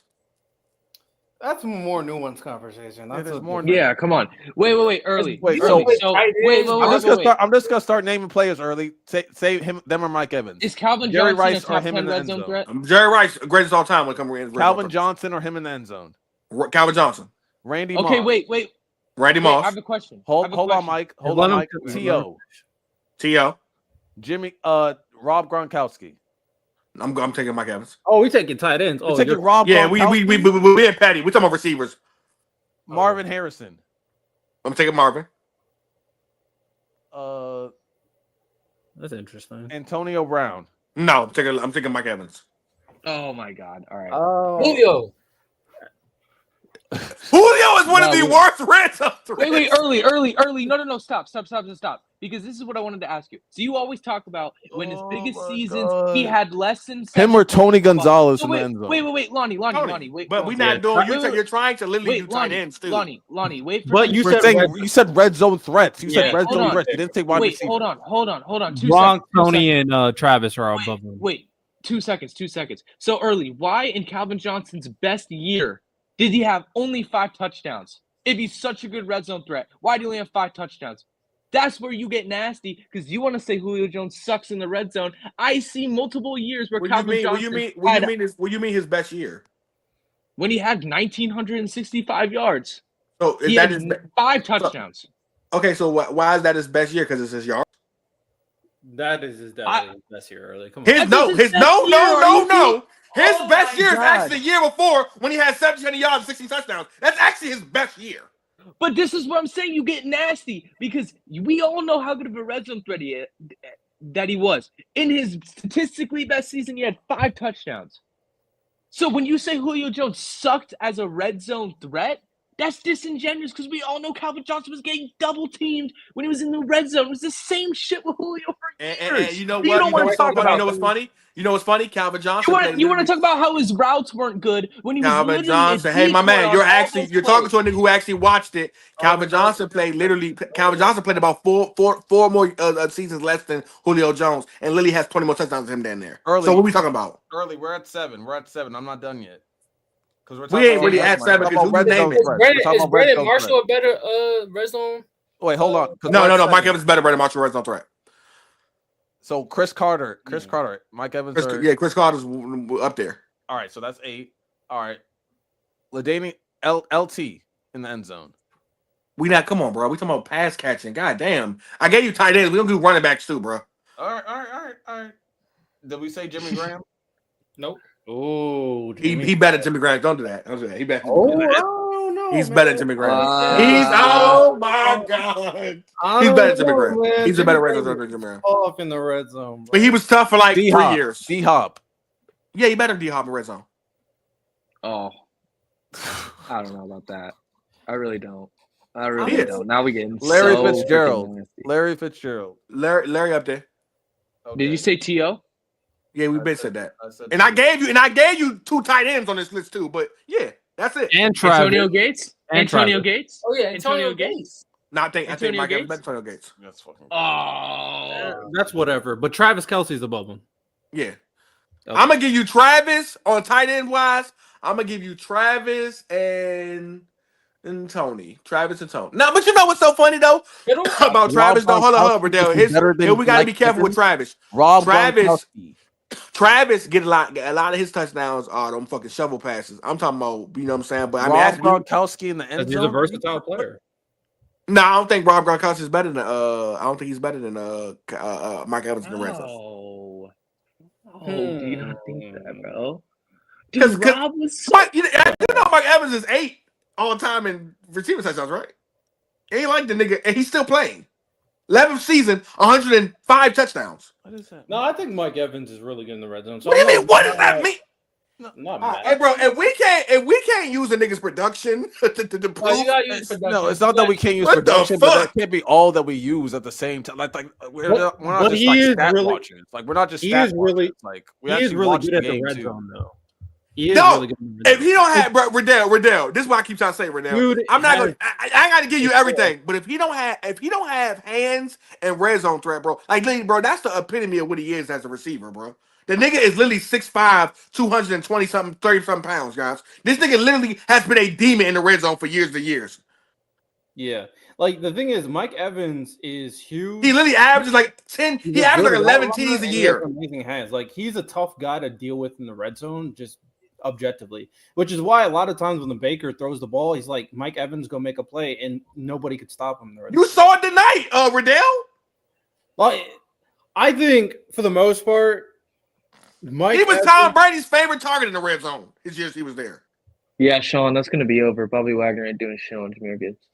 But Bobby Wagner is probably top 3 in terms of run stopping linebackers right now. So it's not going to be that easy. Bro, is Bobby Wagner is he not a human being? Like, he how doesn't old is this age, guy, bro? Yeah, he's not a real human being. I'm being nice because he's he's probably more, but just to be safe, he's a top 10 linebacker. He's a top 10 linebacker all the time. Probably top 7, honestly.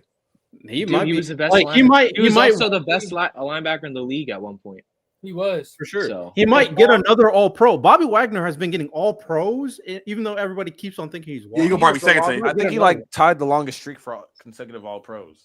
I'm not taking him over Ray. Did he win last year? No, he didn't play. Bro, I'm agreeing. I'm not taking him over Ray. I'm not taking him over. Right. I'm not taking him over Ray. I ain't taking him over Mike Singletary. You're I ain't on taking crack, him over. clearly. I ain't taking him over Ray. Oh, wait, I ain't taking him over Mike Singletary. You weren't I ain't taking him over Ray, Mike Singletary, Luke Kuechly, and Brian Urlacher for me. Like I know niggas act like niggas be poo poo on Brian Urlacher, but nah, nigga, Brian Urlacher was Himothy, bro. He was so Patrick Willis though. Patrick Willis. Yeah, nah, you right. Cause Pat low key between Pat and Luke, them niggas are literally like the Calvin Johnsons of linebackers, dog. Them niggas just stopped playing ball because Luke Kuechly, bro, was Luke, y'all know Luke wanted to be first ballot, right? That nigga edging in. He should be. There's no question. He gonna fuck around and be first ballot. I'm sorry. If you're a defensive player, longevity definitely matters to an extent, but I don't think it matters as much. Yeah, if you said give me Luke's best 6 years, 67 years versus Bobby Wagner, nigga, every GM is taking Luke. Hey, wait, real quick before we get out, have y'all ever seen the clip of Eddie George and Ray Lewis? And Ray Lewis is like, "I'm coming for you," and then Eddie George's like, "You too light in the ass, man." I think that shit was so fucking funny, dude. Yeah, but that was a good rivalry. Mike, we've seen it on Football Follies before you were alive. Look, I think that that came out like 2 years ago. You were alive. That's crazy. It didn't come out 2 years ago. Mike, at least 10 years ago, literally, dog. They was doing top 10s, and literally it was two things. If you know, you know. All my niggas that know, Verdell and Lonnie. It was two clips they played tremendously. NFL Network top 10s, dog. Yes, but I'm talking about. But we talking about clips. It was two clips they played religiously. It was Vince Lombardi's. What the hell is going on out here? It was Ray Lewis. I'm a machine jerk. Like these are sound bites that they used to play over and over and over. And then that Brian Cushion video where he was like, he hits that dude and he's like, you big fat ass after he knocked him out. I got into football late. He was on roids though. I watched football, but I didn't get into it until I know, late middle school. But the way I got into it, the way I caught up with people is watching NFL top 10s on NFL Network. Same, late bro. at night. That's what I did. Same. Yeah. What? So I was watching all the top 10 running backs. I never forget. Same. That in the NBA top 10s were. Top 10s is what helped me catch up. No, NBA had what NBA had that I always loved. NBA was doing the what's it called, the open court. Yeah. When they had the players come and talk, that was my shit. But I ain't gonna lie to you. As far as top 10s all time, bro, the greatest top 10 I've ever seen, the top 10 cornerback duos of all time, tandems of all time. At number 4, this was number 3. At number 3, literally, this is how great that nigga is. It was Deion Sanders and whoever was on the other side of him. Yeah, that's great. Bro, Deion was so good. It was literally at number 3, Deion Sanders in the field. It was like, God damn. Hey, with how the Eagles are doing, they got 2 rookies that's gonna be playing with each other for a very long time. They had Patrick Surtain and Ty Law up there. They had Jack Tatum and I forgot who was on the other side of him. They had Mel Blunt, whoever's on the other side of him. They had Darrell and Antonio. No, they didn't make it. They didn't make the cut. This is before. They didn't make it. They made the cut. This is before them.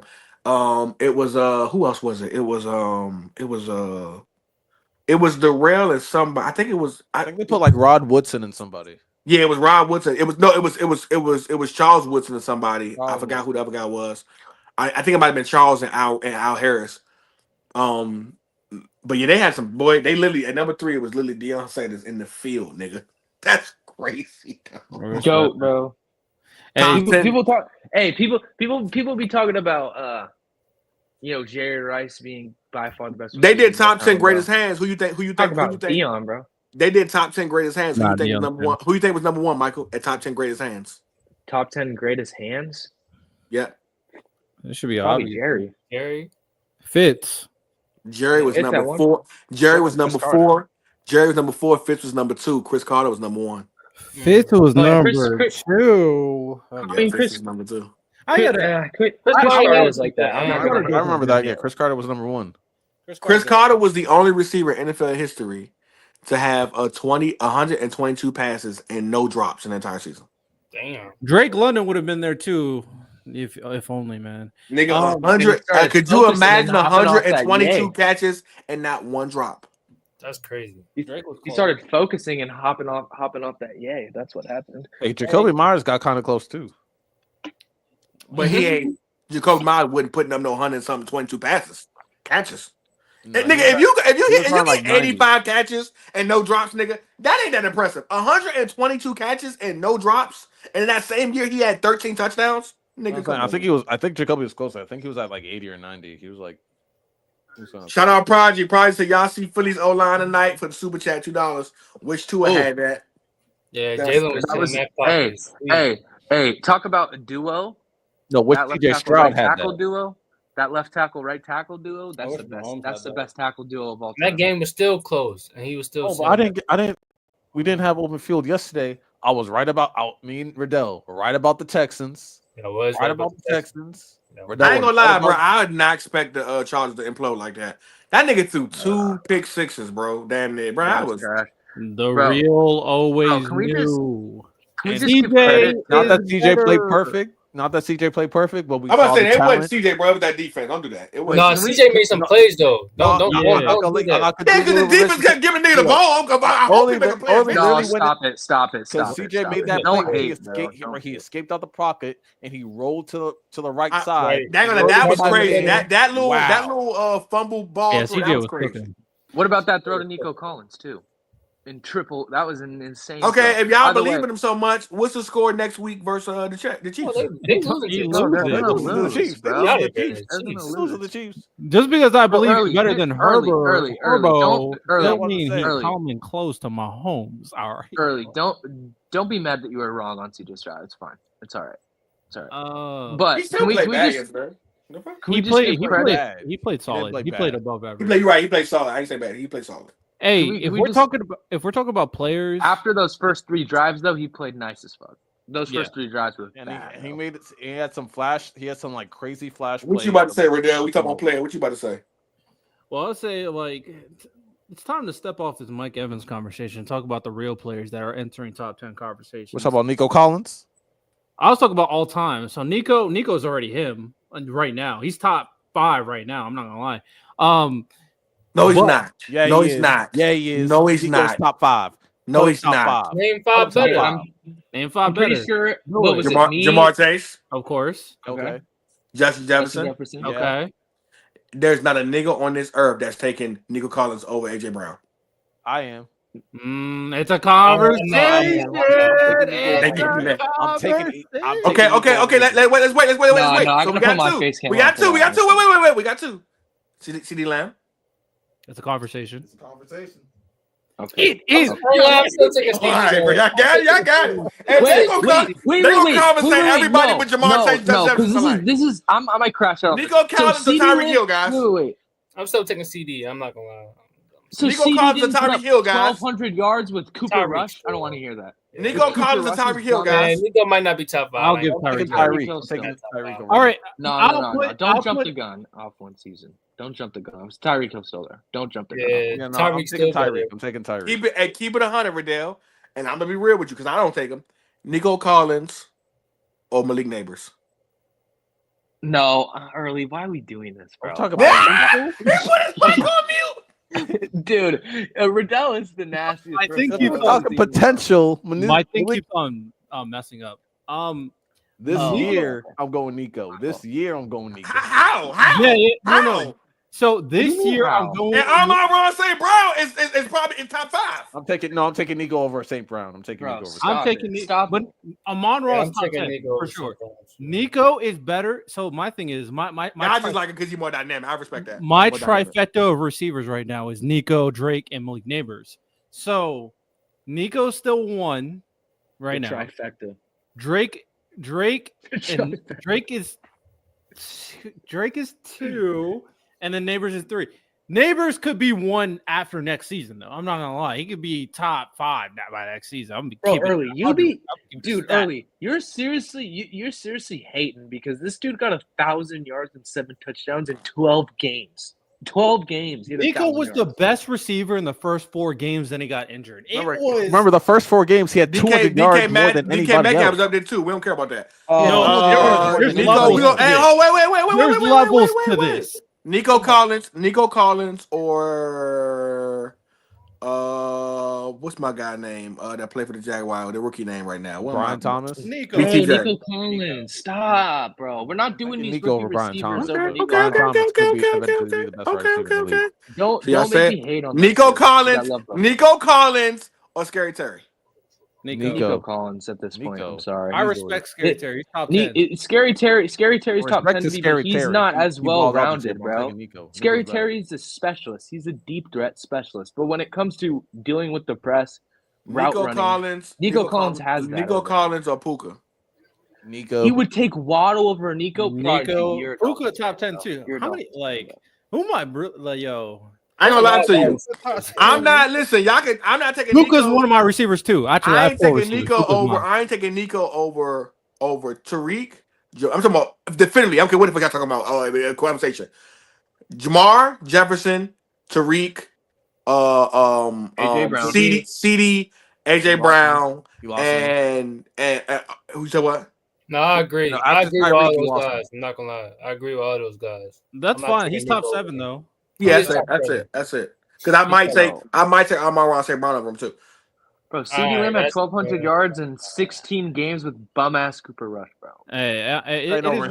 Respect to CD, but also Nico doesn't come with the same diva problems that AJ and CD come with. He's a team player. Ain't a diva. What is but that's not diva. That's not what I was going to say. That's not what I was. Actually, his mom. Hold on.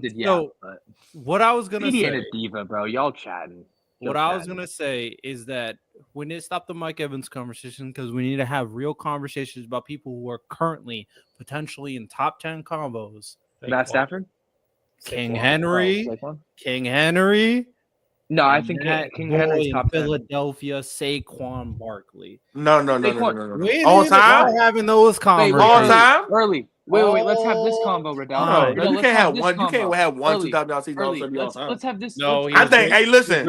As far as career goes and touchdowns, yeah, man, you wanted something with King Henry. Early. But I wouldn't take King Henry over. He ain't over Barry. He ain't over Sweetness. He ain't over LT. He ain't over Adrian Peterson. He ain't over OJ Simpson. He ain't. I wish a nigga would play me about OJ Simpson. Yeah, Emmitt Smith ain't shit. He's still top 10 though. Emmitt Smith top 10. Emmitt Smith top 10. Emmitt Smith's not shit. You're acting like Emmitt Smith didn't lead. I'm just talking shit. Relax. He's top 10. Okay. Who else? Don't do that to my king. Don't do that to my legend. Who else he not over all time? I gotta look. Give me a second. Let me see something real quick. I gotta see something. So he not over Adrian Peterson or Derrick Henry? I said no. Not he not over Adrian Peterson. I said that. But what about longevity? He not. Listen. He not over Curtis Martin. I'm just gonna name some niggas. What? No, he's not. Stop. You don't know about it. I'm taking Curtis Martin over. Yeah. Over Derrick. I'm about to say, yeah, I don't think y'all niggas understand who Curtis Martin was. Give me the king. Yeah, you're tripping. He ain't over Jim Brown. Okay, that's fine. He ain't really. He not even over. No. Oh, he not over Jerome Bettis right now neither. Give me the oh king. my freaking No, God. give me Derrick mind? Henry with Jerome Bettis. Dude, Jerome. Give me the Bro, king. Jerome Bettis Is not he better than over? Derrick Is he Henry. over? Is he okay? Is he over? Is he over? Is he over Edge James? Give me the Yes. I'm going Derrick Henry too. Is he over? Is he over Eric Dickerson? That's a close one. That's Eric is he over? Is he over? Is he over Earl Campbell? Yes. Give me the king. Yeah, he's Earl Campbell 2.0. He's the best Titans running back in history. Is he over? Is he over Terrell Davis? Yes. No. I mean, yes, he's over Terrell Davis. Terrell Davis can't fit in the same shoes. He had a short career. TD had a short career. Is he over? Is he over LT? No. Okay. Yeah, is he over? Is he over? Is he? Hey man, what you mean? I'm playing. Is he over? Okay, so he's not over. Okay, we'll do this. We'll just do the one he's not over. He's not over AP, Barry, LT, OJ Simpson, Jim Brown. He's not over them 5. What about Marshall Faulk? Marshall Faulk. Yes. Is he over Marshall Faulk? I'm taking Derrick over Marshall Faulk. Y'all bugging the fuck out. Oh my God. Yo, early. I have a question. Early. I have a question. He's not over Emmitt Smith neither. I know I give Emmitt Smith a hard time, but the nigga is still one of them. He ain't over Emmitt Smith. Early. Quick question. So is and he's not over Sweetness. He's not over Sweetness. So is Priest Holmes still better than Saquon? I'm gonna be real with you. I need you to understand it. Like, listen, don't be. Let's just do this real quick. Let's not be recency biased because he had these 2,000 yards, and let's not like sit down. Because I love coming to F Dot because F Dot is always my voice of reason. Sit down with me, F Dot, and let's have a real conversation. Did Priest Holmes not have one of the greatest offensive lines of all time? Did Priest Holmes not have one of the greatest offensive lines of all time? Mike, this is what we can I finish? Can I finish? You asked me a question. Let me get to this. Let me get my soliloquy out. So here's my thing, F Dot, sit with me. When we look at Priest Holmes, now I'm talking about right now. Now he probably will be eventually. He do this for another couple of years. He will be. Right. Off athletic ability, Saquon one of the best ever do it. But if you watch Priest Hall, he one of the best ever do it too. We're looking at not only team, like we talking about franchise, success and things of that nature. We're talking about where he was at the time he was there, who he had around him. Like we cannot act like Saquon didn't have, like you said talking about Priest Holmes, Saquon has one of the best O-lines in the NFL. Saquon had season. Oh my God, bro. That's why Priest Holmes is the best offensive line most of his career, bro. That's not true. One of the best It's not true. It's not true. It's not true. Saquon clear. I don't know. He don't clear shit. I wouldn't say clear, but what about the talent? What about the talent around him? What about the talent around him this year? So he gets talent one time, and we. Bro, so you. It's kind of funny. Them years in Giants. Wait, hold on. Them Giant years, you're not saying he better. I know you ain't use them Giant years to say he better. Hold on. You have to use this year. No, early. No, you don't. Those offensive lines were terrible. He was in a way worse situation than Priest Holmes. We're talking about overall. This is Jalen Hurts. This is one of his lower years.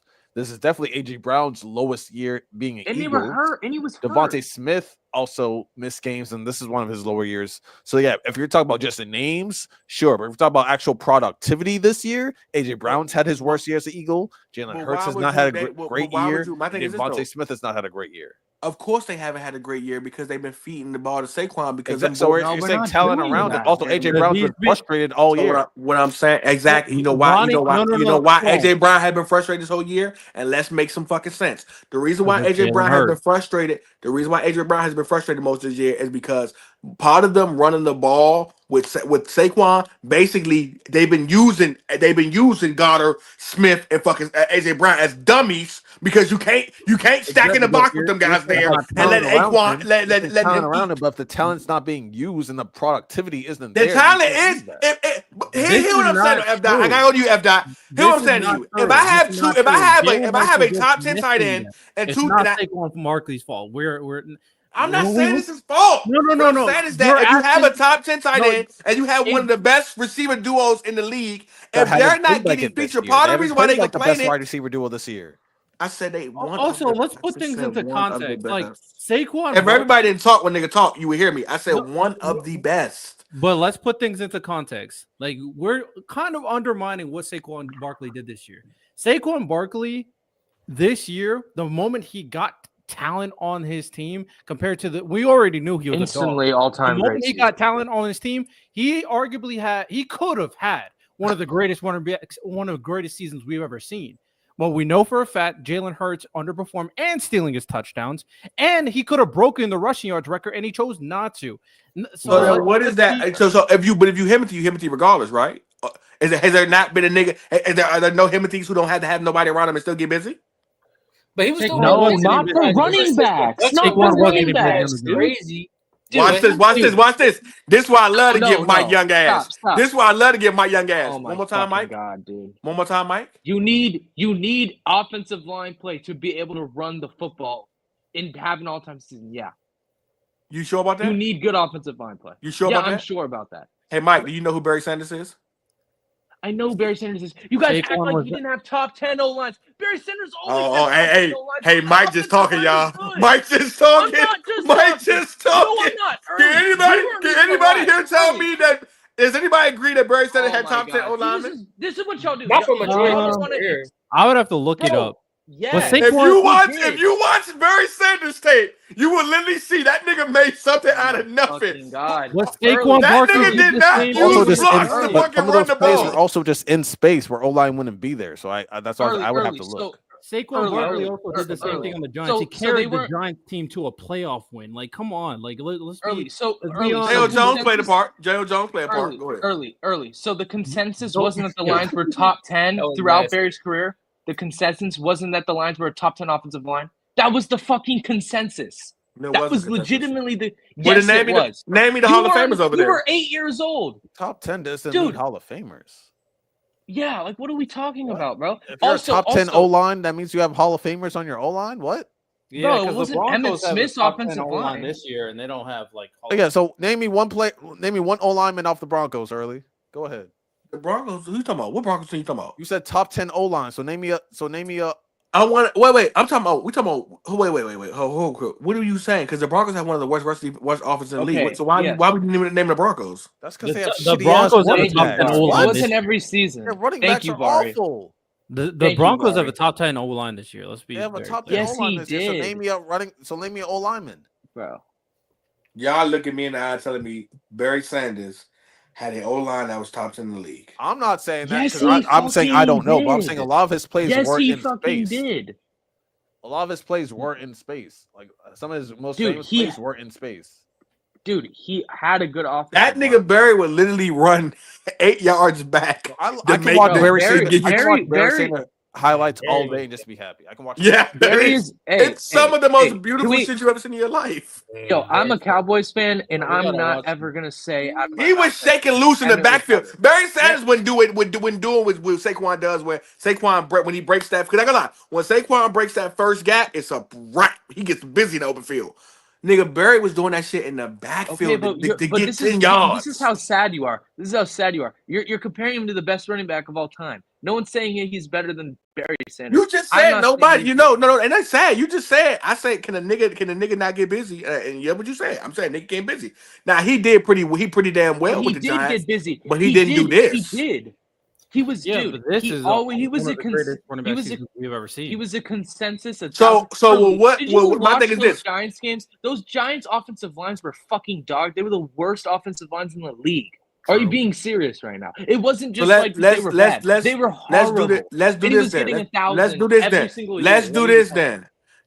then. I can name you at least 5 running backs in the league right now that do what Saquon do. What are you talking about? What are you talking about? I don't know.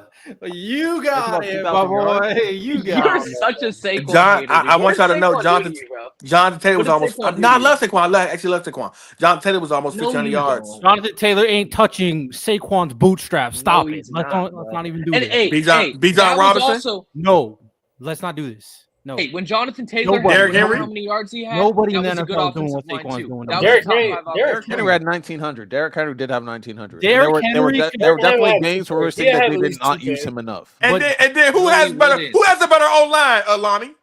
But we're talking about the Baltimore Ravens offensive line. Who got better weapons, Lonnie? The Eagles. No, Derrick Henry had 1,900. There were definitely games where he had like 12 rushing attempts and shit like that. Where we're like, yo, why did they run it more? If we're talking about an overall running back season, overall running back, no, I'm giving it to Saquon. No.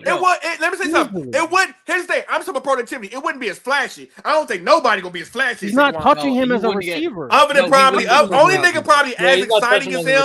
Only nigga probably as exciting as him is probably Jahmyr Gibbs because Jahmyr Gibbs is super exciting. But I'm telling you right now, with that O line and that offense, Bijan Robinson gives you at least 1,800 yards. I think Jonathan Taylor gives you close to 1,800 yards. I think for sure, Derrick Henry gives you 2,000 yards. No, but you're this is what you're underselling. You're underselling Derrick Henry has had a great season, but he hasn't been this consistent runner that Saquon has. The biggest thing with Derrick Henry is that Lamar will go out there, he will move the chains with his legs. It's not like Derrick Henry's getting 6 yards a carry. He's getting good yardage, and then by me and Lonnie just agree that the Ravens don't have a better O-line or more weapons. So what are you talking about? So actually it go against your statement because he did more with less. The nigga did damn near 2,000 yards his damn self with less. Much less less. No, but that's cool, but this is my point. My point is that Saquon is legitimately the bell cow. Derrick Henry, on the other hand, is benefiting from the fact that Lamar Jackson is moving the chains throughout the entire game, and then at the end of the game, he's for literally almost every game that he's had besides the first Bills game and the Texans game, he was breaking his runs out at the end of the game. But here's the thing, though. He was not as consistent as Saquon throughout the year. Two things can be true. You can be the best running back in the league, but also we can admit that you had a lot around you. That's all I'm saying. Saquon is the best running back in the league. And the words of Riddell, he is running back one. He's RB1.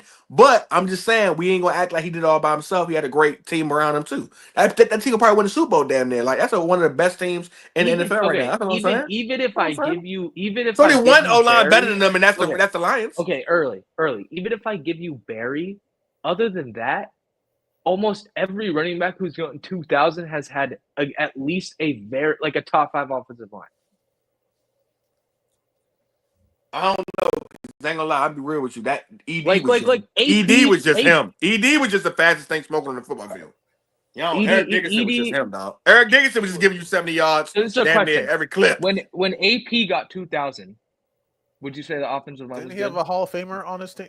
Wasn't that left tackle a Hall of Famer? ED? No, AP. No. Is McKinney a Hall of Famer? I think it might be. You know about McKinney? I think he might be a Hall of Famer. If he not, he will be. He was top 5 consensus though. But he wasn't. But AP wasn't. He had an All Pro Bowl left tackle. I know. But if we talk about how about this then? And let's be for real. If we talking about as far as 2K rushing yards, and be real again, he's still QB1, running back 1. Riddell, he might have the easiest 2K. No. Emmett had easier 2Ks. To be honest, Emmett never had 2K, my boy. Wait, he didn't? Wasn't he have 2K? No. Okay, whatever. Fine. OJ Simpson, Chris Johnson, Derrick Henry, Eric Dickerson, Saquon Barkley, Adrian Peterson, Jamal Lewis, Terrell Davis. They're the only ones that ever had it. And then Saquon this year. That's the 8. That's it. Well, I remember most of them did have really good O-lines. No, but I'm just talking about the easiest. I'm talking about the easiest because when we talk about as a whole, a team whole, this is probably the easiest. Again, I don't take that from Saquon. He's still Timothy, but he's probably had the easiest. When it comes, we talk about Jamal Lewis team versus this team they got. No, Jamal have had it the toughest. Yeah, Terrell Davis. No, Chris Johnson was literally a lot of that was Chris Johnson. I think Chris Johnson might have been the toughest. He was just too fast. I think Chris Johnson was the toughest. But no. Oh yeah, the toughest. Yes, Chris Johnson. Was Harvin on that team when AP got it? I don't know if he finished the season, but he was around. I think by then he might have been fried by then. Chris Johnson is probably at the top. All right, we gotta wrap it up though. Yeah, we out of here, man. Appreciate you guys for showing out, man. Everybody that came, Hefe came through today. My guy F Dot, my guy Michael Baldini. Shout out to Random. Shout out to Final Ball. Shout out my man Riddell. Shout out Bama for stopping through today, man. Shout out Brandon. Today was a funny episode, good episode. The Michael Jordan of crash outs. If we got time, y'all. Shout out to the chat too, man. We got to like 35 people in the chat at one point. Appreciate you guys for the super chats and the love. If we can, we will do the game tomorrow, and we're available, man. To watch these Vikings and these good old Rams. I would love to see the Rams lose and Riddell crash out. But man. And last thing, because I don't think I mentioned it. Oh yeah, we done with Joe Herbert. We done. Justin. Yeah, well, I don't know about we done with Joe Herbert, but right now he's not. We're not gonna keep calling him top 5 and top 10. We're gonna have to wait on that. Wait. Jordan, I love you, Jordan Love, but we're a little sketchy on you too. Hey man, shout out to everybody again who come out to show love. And most importantly, man, shout out to that boy. Shout out to that boy, Deshaun Watson. No, Deshaun Watson. Wait, what? What? Shout out tearing your ACL, restructuring your contract to help your own self out, and not even having to play next season and still getting $50 million. You're crazy. So nasty. Let's end the show. End the show. Hey man, Jameis Winston, you gonna play all next season and basically put the money in the Deshaun Watson pocket, man. No matter how good y'all do. All jokes aside, though, I'm with your man F Dot. I'm F Dot, but Michael, shout out J5. Let me tell you something. Put the rookie of the year in his house right now. Don't even have the ceremony. It was already at his house. Just mail it to him. It was at his house after the Eagles game. Mail it to him. As always, man, y'all know y'all football. Y'all know where to come. We appreciate you guys. We love you guys. We'll be here, and we out this, man.